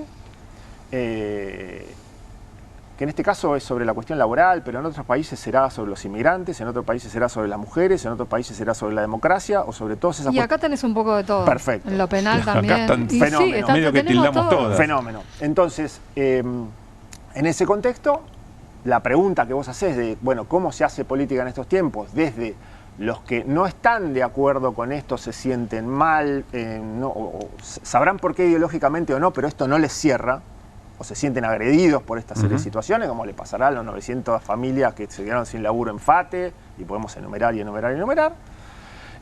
Bueno, esa es la pregunta que vos acabas de hacer, es efectivamente la pregunta de este momento. Entonces hay discusiones, cierro con esto, acerca de si la salida es más ideológica, en el sentido de hay que ponerse más a la izquierda, dicen algunos sectores de la oposición. Otros dicen, no, hay que moderarse un poco y tratar de encontrar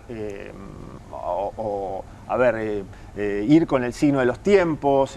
Por ahí algo de esto estamos viendo en Fuerza de la Oposición, que dice, no, mirá, hay que moderarse un poco porque la gente está en esta y quizá antes nos pasamos mucho de mambo para otro lado, en otras agendas que la gente no está. Podrían decir algunos dirigentes que están en la oposición, pero que están en algunas situaciones más negociadoras. Y hay otros, yo traería otras cuestiones, que es preguntarse más por... digamos, también la pregunta por cómo se organiza la política, cómo se vuelve a organizar una conversación, una cercanía de la política de la política no, digamos, cómo vuelven a sentir las personas que tienen algo de poder o que pueden conseguir algo de poder, las personas de a pie, las familias de a pie, los trabajadores, los consumidores, que hoy se los están quitando. Si tenés sugerencias sobre eso, ahora vuelvo. Después. Lucy. Bueno, primero, para no engañar a la audiencia, decir que no voy a hablar tanto de la sociología, sino también como militante, como activista política. Yo coincido en que estamos en un momento, en un punto de inflexión, en que claramente tenemos que asumir diagnósticos que tienen que cambiar nuestra práctica política. Yo creo que estas extremas derechas no aparecen de la nada, sino después de 40 años o un poco más de implementar un modelo neoliberal a nivel mundial, ¿no? Es imposible pensarlas por fuera de esa situación. Sin el éxito neoliberal anterior. Sí, sin la aplicación y el acumulado de lo que hizo el neoliberalismo en términos de desestructuración del mundo del trabajo, de financiarización de la economía, bueno, de la proliferación también de microeconomías del odio entre los propios trabajadores, en esas desigualdades que generaron odios. Digamos, todo eso genera una insatisfacción a la que las ultraderechas le dan lo canalizan muy rápidamente y le dan una respuesta política que es una salida reaccionaria, ¿no? Una economía del odio. Son las mujeres, son los migrantes. Ahora, yo creo que ya el tiempo de los diagnósticos un poco que se acaba, ¿no? Y por eso me parece relevante esta pregunta, ¿no? ¿Cómo se construye?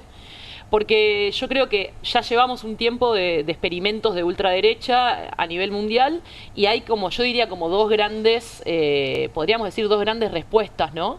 Una más a la europea, que es la del cordón sanitario, ¿no? Que es como juntemos todo lo que esté en contra de lo que hace la ultraderecha. En general eso tiene en el centro la idea de defender una democracia, ¿no? Una democracia o una idea de un paraguas de defender acuerdos democráticos contra las fuerzas de ultraderecha. Y después otras salidas, otras experimentaciones de, yo diría, intentos de desarmar dispositivos neoliberales en la sociedad con un programa más abiertamente antineoliberal. Puede ser el ejemplo de Mandami, pero también el ejemplo de Colombia. Y sobre todo de armar fuerzas políticas con relaciones orgánicas a la organización política y social. ¿Qué significa eso? Bueno, para mí es eso lo que el peronismo abandonó desde hace tiempo. No sé, ya el gobierno de Alberto Fernández, o cuál es la relación entre la construcción política y las luchas que da el pueblo, ¿no? Cómo se relaciona esa propuesta política con las luchas que se dan en el pueblo y lo que van generando organización. Sin romantizarlas, ¿no? Porque sabemos que hoy la participación política, y eso ahí concuerdo plenamente, cuando vos decís cómo se construye hoy, el primer problema que tenemos es la participación política.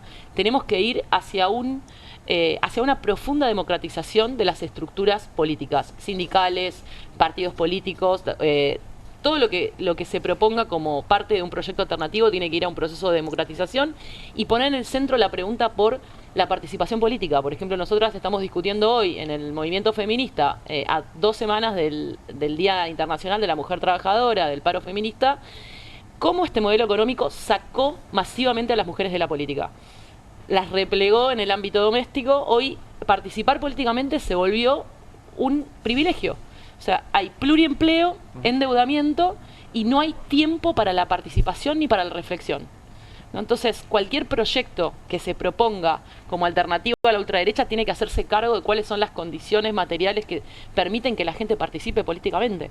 Cuando dicen la gente está desencantada o está hipermovilizada en llegar a fin de mes, en pagar sus deudas, que eso también produce política, esa materialidad produce política, ¿no? Claro. Una forma de la política. Entonces, por lo que sí es, no es que quiera resumir, pero sí, tomo algo que me parece sumamente interesante.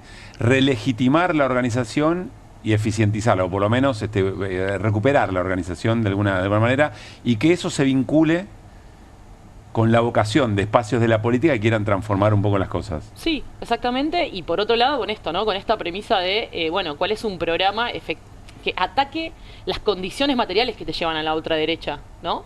Es decir, no solamente una defensa, una especie de bolsa donde todos decimos defendemos esta democracia, que como bien decía el compañero, es una democracia en la cual, primero, las élites de este país de alguna manera se han retirado de ese pacto democrático, ¿no? Porque hoy vemos que les da lo mismo sentarse en una cena con Agustín Laje a decir que los homosexuales son pedófilos, y ahí podés encontrar a cualquiera a cualquiera, al de Techint o a... Cuando van y ponen plata en esas escenas por Faro ahí, y etc. Cuando aceptan un DNU como el 70, ahí no dicen que hay inseguridad jurídica, el primer acto de gobierno fue un DNU que cambia cientos de leyes de manera inconstitucional y sigue vigente, y eso fue celebrado por el empresariado, que además escribió la reforma laboral y todas las muestras que nos están dando de que ese pacto democrático que nosotros nos quedamos defendiendo y que ahora nos va a organizar, que no puede organizar la oposición solamente la defensa de esa democracia, la cual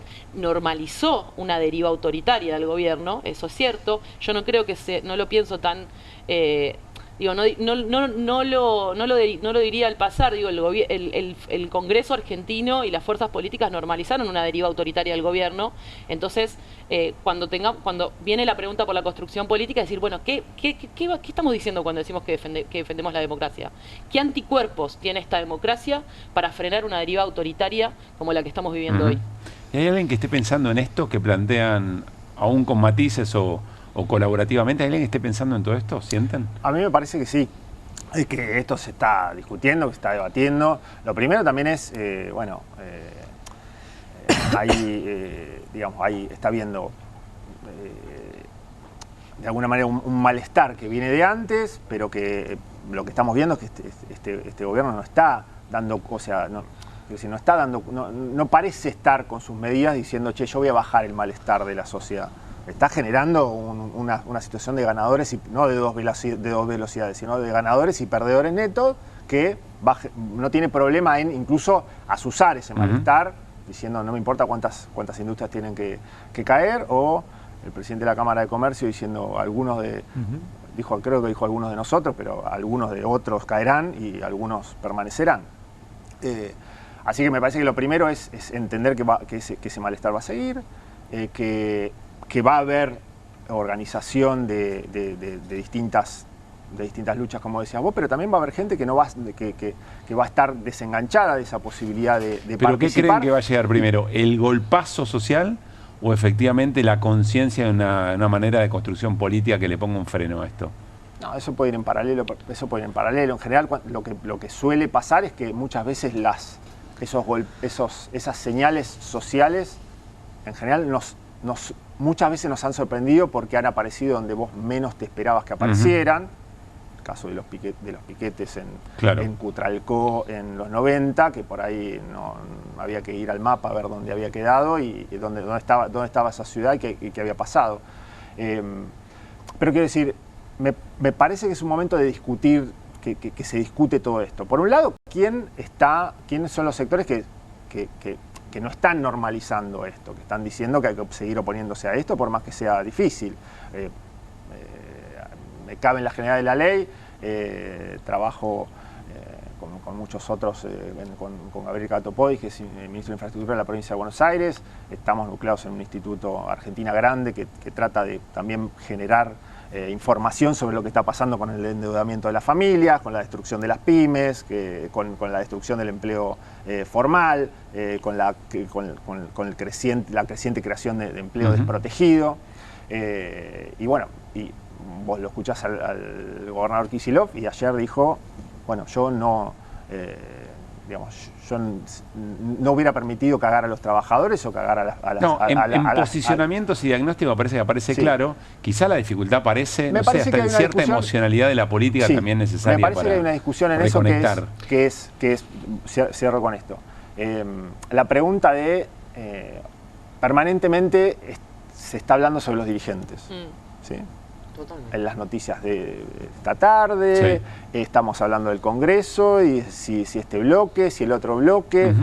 A mí me parece que la cuestión se va a orientar mejor si, por lo pronto, los dirigentes hablan más de la gente. Escuchan más a la gente y hablan más de la gente. Y se dejan de preocupar un poco acerca de si este dirigente, si este bloque, si este va o si este viene, porque en el año 2023 ocurrió que mucha dirigencia política, social, de organizaciones no gubernamentales y de todo tipo estaba en contra de que Milei ganara, y sin embargo Milei ganó. Me parece que había mucha dirigencia en un lugar y bueno, la gente se había ido para otro lugar. yo creo que está la posibilidad de,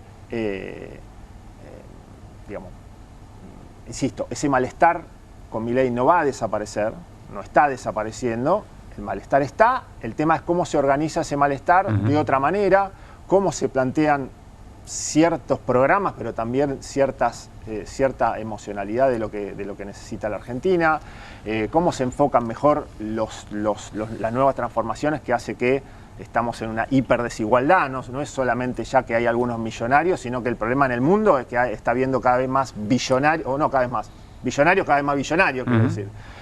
Y cómo se reparten las cargas en una sociedad. Bueno, para reorganizar eso necesitas una correlación de fuerzas, necesitas todo sobre lo que venimos conversando. Sí, esa correlación de fuerzas que llamás no se va a dar vuelta sin la gente, no se va a dar vuelta sin las personas, no se va a dar vuelta sin...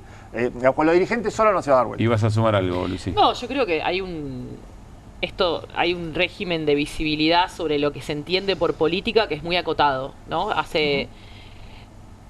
por lo menos 3 o 4 años que estamos discutiendo la interna de 4 o 5 dirigentes y nos perdemos de ver que hay un montón de experiencias y de experimentos políticos y sociales en un montón de planos, desde cómo organizar la reproducción de la vida en los barrios para hacernos cargo colectivamente de estos malestares.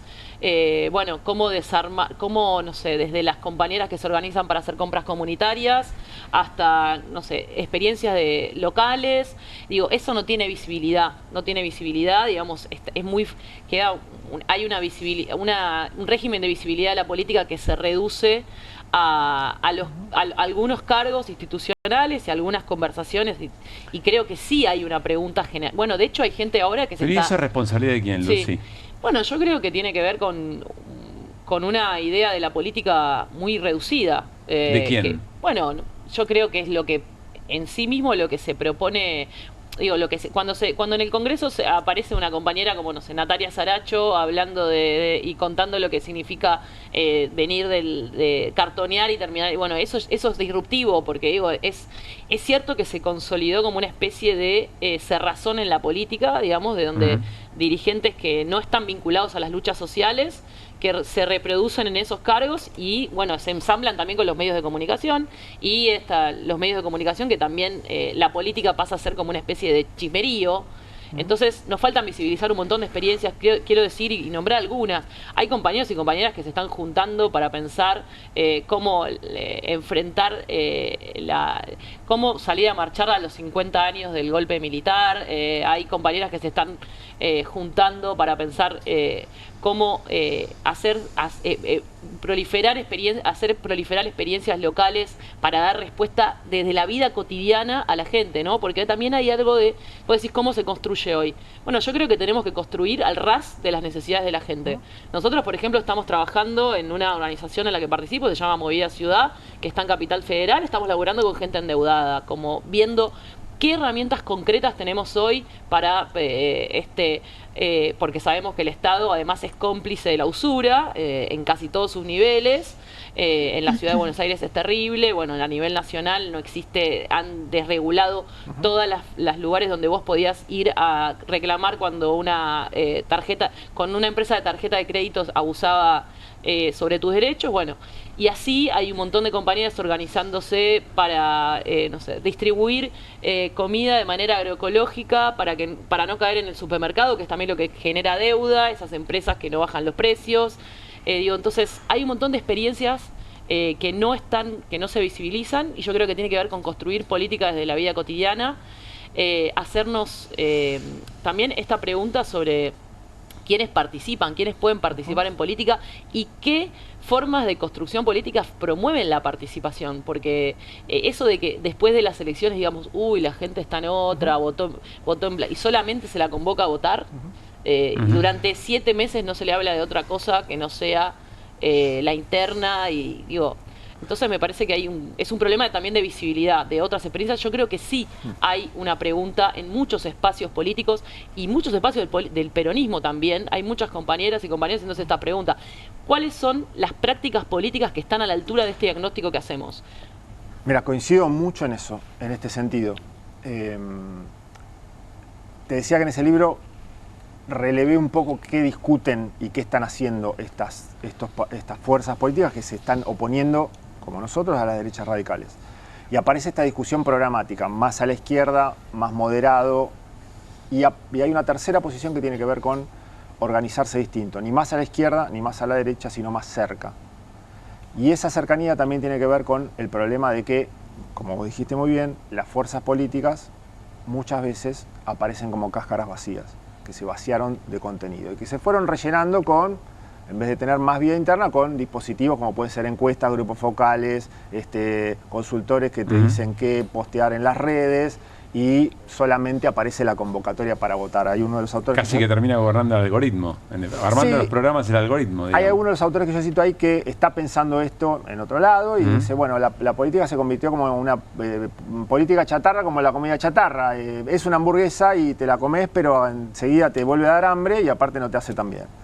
Y plantea vínculos más bien transaccionales con las personas y no de transformación, no que las personas puedan participar. Entonces me parece que ahí hay una clave en el sentido de cómo se está más cerca de aquellos que están en luchas y de aquellos que todavía no están en ningún lado de lucha. Porque digamos, lo que nos plantea el gobierno de Milei es que a vos no te tiene que importar un carajo el de al lado, que no te tiene que importar si tu vecino se quedó sin laburo en FATE, que vos te tenés que cagar en eso y que eso está bueno.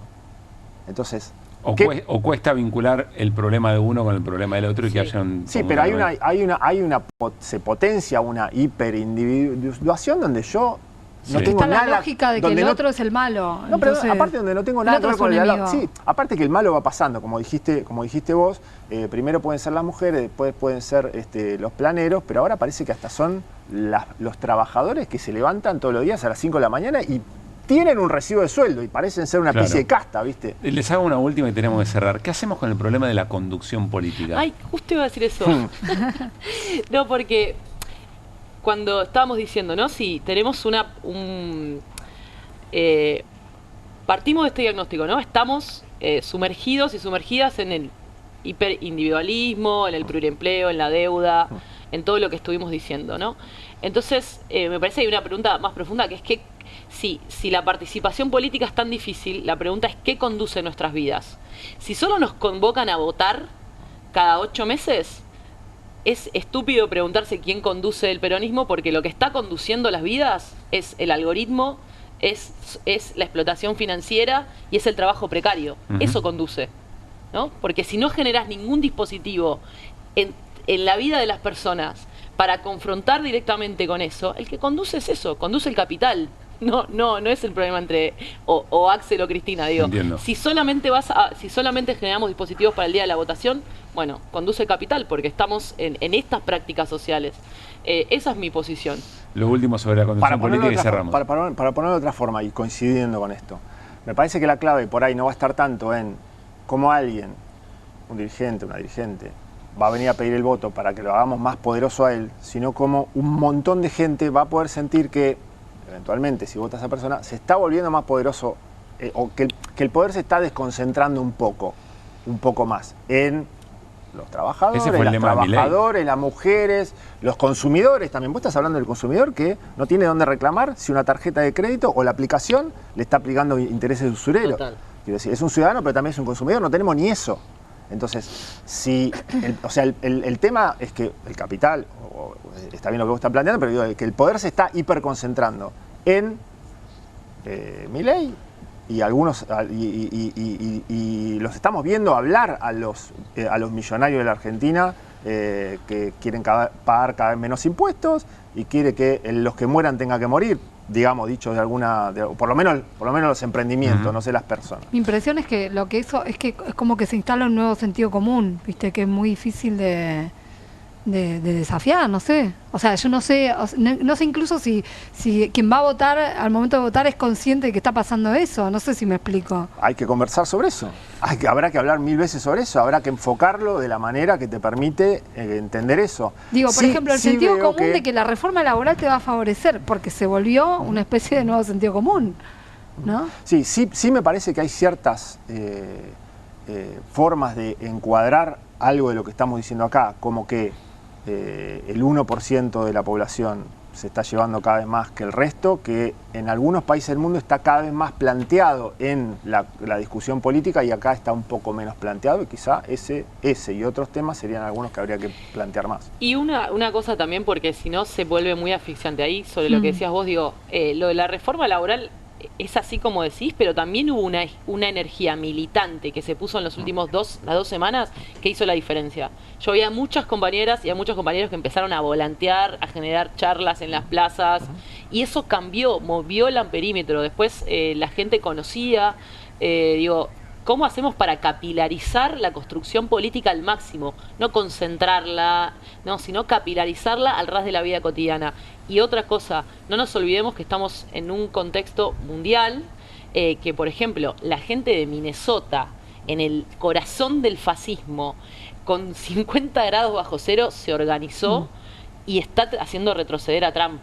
Entonces, también pongámonos, y bueno, y también experiencias institucionales que en España se logró una ley de regularización de los migrantes en plena avanzada fascista en Europa, en una articulación virtuosa entre organización de migrantes y partidos de la coalición gobernante. Entonces, hay experiencias, bueno, nosotros mismos venimos de experiencias exitosas en otros planos. Entonces, bueno, creo que tenemos que hacernos cargo de la pregunta de cómo construir, pero al mismo tiempo sin dejar que este gobierno nos inocule impotencia, porque es parte del proyecto. Acá también hubo movilizaciones que frenaron cosas, como la marcha llamada antifascista, cuando al presidente se le ocurrió hablar de la sexualidad de las personas. Hubo una marcha de 1 millón de personas en la ciudad de Buenos Aires en pleno verano y el presidente no volvió a hablar más de ese tema, ni hasta donde se sabe a sacar iniciativas de ese tema. Lo digo como un ejemplo, pero hay varios. Nicolás, Lucy, muchas gracias por haber venido. En serio. Gracias. La repetimos. Nos vamos a la pausa. Nos queda todavía hablar algo del dólar con Guido y, por supuesto, mitos de la industria del juicio. Creo que vamos a ir por ahí con Irina Hauser. Dale. Moví a tu pyme, moví a tu comercio, moví a tu campo. Movete a Credit Coop, la mejor atención, condiciones y soluciones para que puedas desarrollar tu empresa, tu comercio o tu producción. Movete a Credit Coop, movete a un banco distinto. Banco Credit Coop Cooperativo, la banca solidaria. ¿Pensás que las subastas no son para vos? Son para todos, porque podés comprar y vender desde donde estés de manera rápida, fácil y confiable. ¿Querés participar de nuestra próxima subasta? En Pilar contamos con Mimuni, nuestra herramienta digital de atención ciudadana para solicitar turnos, realizar trámites y gestionar reclamos de manera ágil y cercana. Descárgate la app o chatea con nosotros por WhatsApp a través de 11 52 38 68 64, las 24 horas del día. También podés acercarte a cualquiera de nuestros puntos Muni de lunes a viernes de 8 a 18 horas y los sábados de 9 a 15 horas. En Pilar seguimos acercando el Estado a todos y todas las pilarenses. Pilar presente con futuro.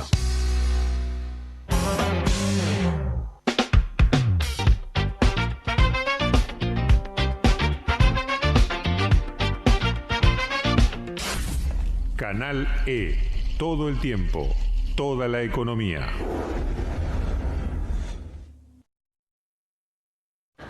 Hay un código para los que reservan en la tienda online. Su código es MÁS. Porque suman más experiencias, estacionamiento, Fastpass y también son los que más disfrutan de viajar. Hacemos de cada aeropuerto tu aeropuerto. Aeropuertos Argentina.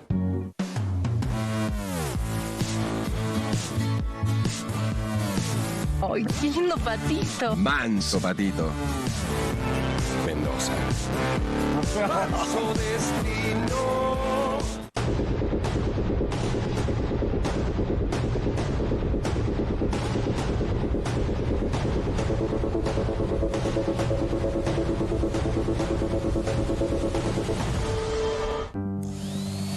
Pero si nadie está mirando la tele, ma, Tommy, desenchufalo. Buenas. Pero pa, es de día. No hace falta prender el aire. ¿Y si volvemos el tiempo atrás?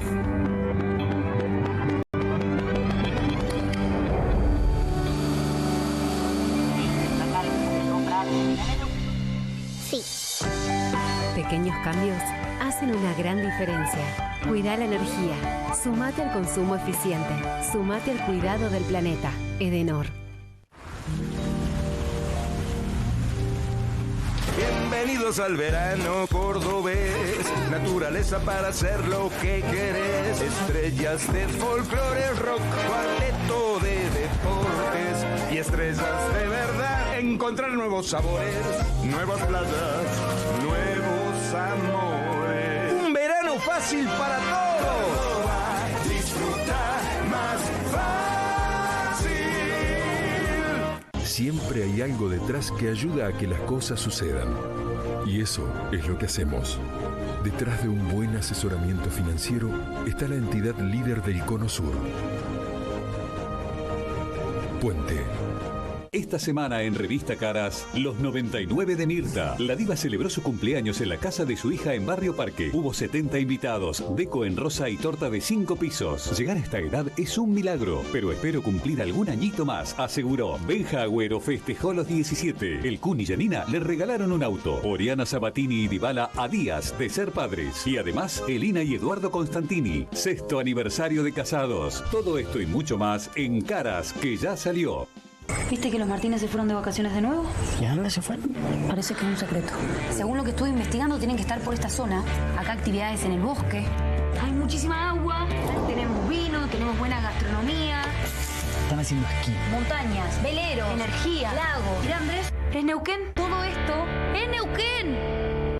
Acaparó el rol de francos y se adjudica el éxito de las alianzas que el oficialismo necesita. En noticias de esta semana, Patricia Bullrich, la negociadora de la casta. Tensa calma con Karina y cruces con Santiago Caputo. El riesgo de que use su popularidad para presionar al gobierno. Además, insólito. De la promesa de demoler el Banco Central a reciclar su fachada. Turismo Runner, el circuito de maratones y el manual de reglas para las parejas abiertas. Revista Noticias. Entender cambia la vida.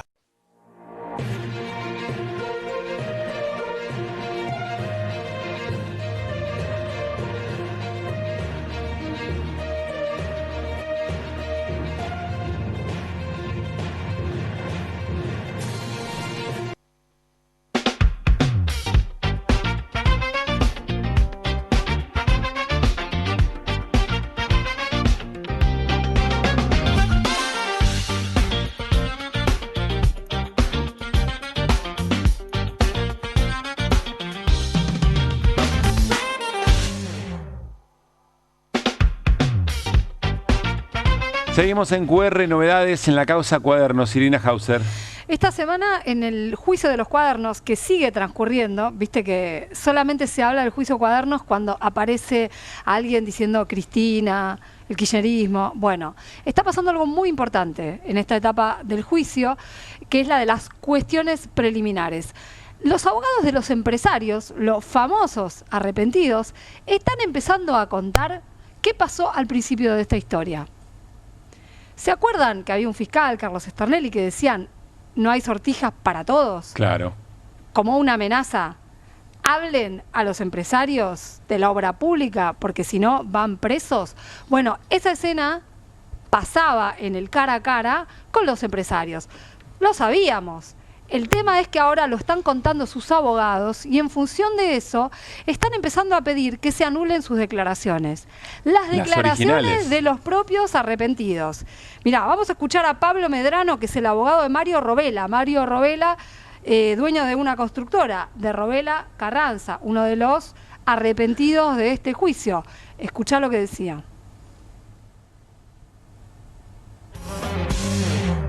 Primer declaración indagatoria, la Obrampia Fojas 3034, que fue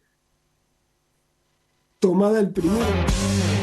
La Convención contra la Tortura incluye los sufrimientos mentales infligidos para obtener una confesión o para intimidar. No siempre hacen falta cadenas o golpes, a veces basta con mostrar que la celda ya está preparada. tal como se ha explicado doctrinariamente, históricamente, bastaba con exhibir los instrumentos de tortura para quebrar la voluntad del acusado. Esto fue exactamente lo que ocurrió aquí. A Robela se le mostró el destino patibulario que le seguiría para doblegar cualquier intento de defensa.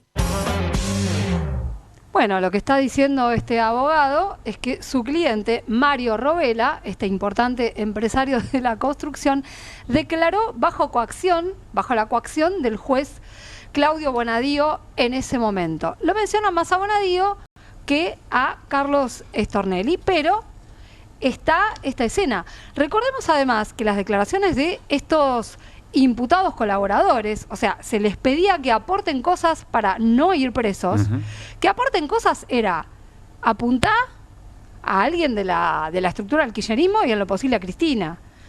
No todos lo dicen en estos términos, pero sí están contando, incluso que han ido a escribanías a dejar sentado lo que estaba pasando y lo que iban a declarar y el modo en que lo iban a decir. Y más en el comienzo todavía de esta causa, que ustedes recordarán, la conocemos como causa Cuadernos, porque se inicia con la entrega de unas fotocopias de cuadernos que escribía el chofer del Ministerio de Planificación, Oscar Centeno, que después resultó que no los escribía solamente él, sino que tenían varias otras anotaciones. El defensor oficial de Centeno, que se llama Sergio Stiesel, contó que en la primera declaración indagatoria de Centeno estaba sin abogado. ¿A vos te parece que podés prestar declaración indagatoria sin abogado defensor? Y que ahí encima te propongan ser arrepentido, así lo cuenta el abogado. La primera declaración indagatoria, la Obrampia Fojas 3034, que fue tomada el 1 de agosto de 2018, contiene deficiencias estructurales que la hacen nula la declaración. ¿Por qué digo esto? En primer término, cuando comienza, conforme surge el acto de la indagatoria, mi asistido, Oscar Bernardo Centeno, manifiesta que desea designar al colega de la Defensoría Pública, Gustavo Colman. Ahí lo que debió haber hecho el juez es suspender el acta, convocar a su abogado, que mantenga la entrevista y continuar con el acta, con el acto de la manera que corresponde. Lejos de eso, el acto continuó sin la presencia de su abogado defensor y tampoco se le leyeron los hechos de los cuales se lo acusaba. Bueno, parece una irregularidad importante. Bastante importante. A tal punto que esto es el origen de la causa. Se tiene que declarar nula la declaración. Esto es el origen de la causa. Los cuadernos de Centeno.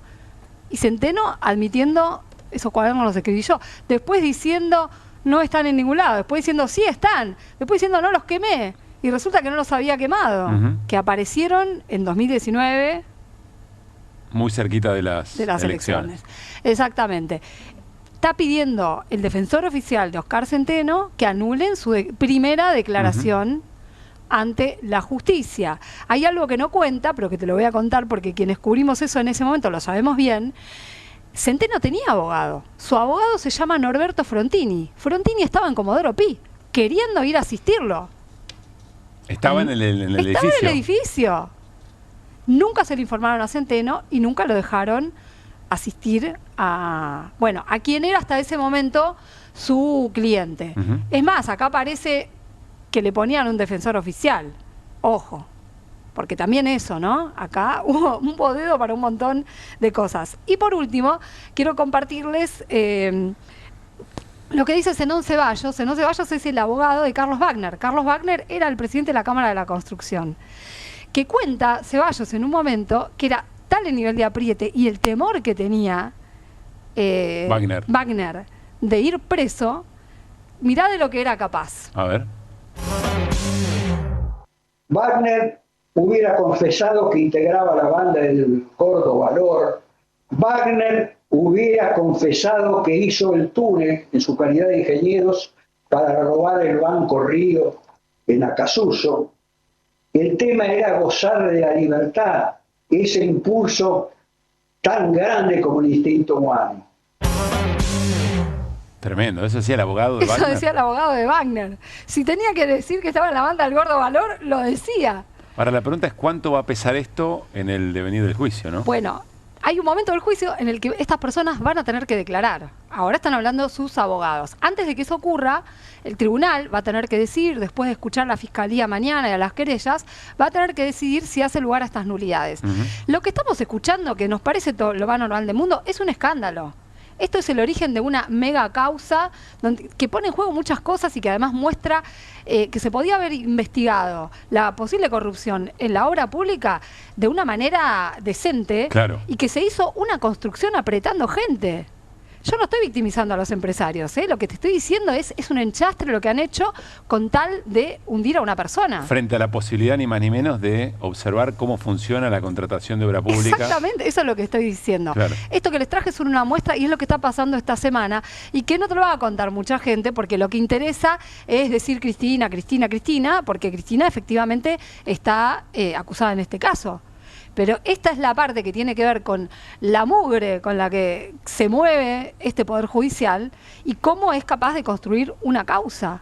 Yo no digo que no haya cosas que no sean ciertas, no lo sabemos, pero desde ya hubo gente apretada, coaccionada, presionada y sus abogados están diciendo esto fue tortura.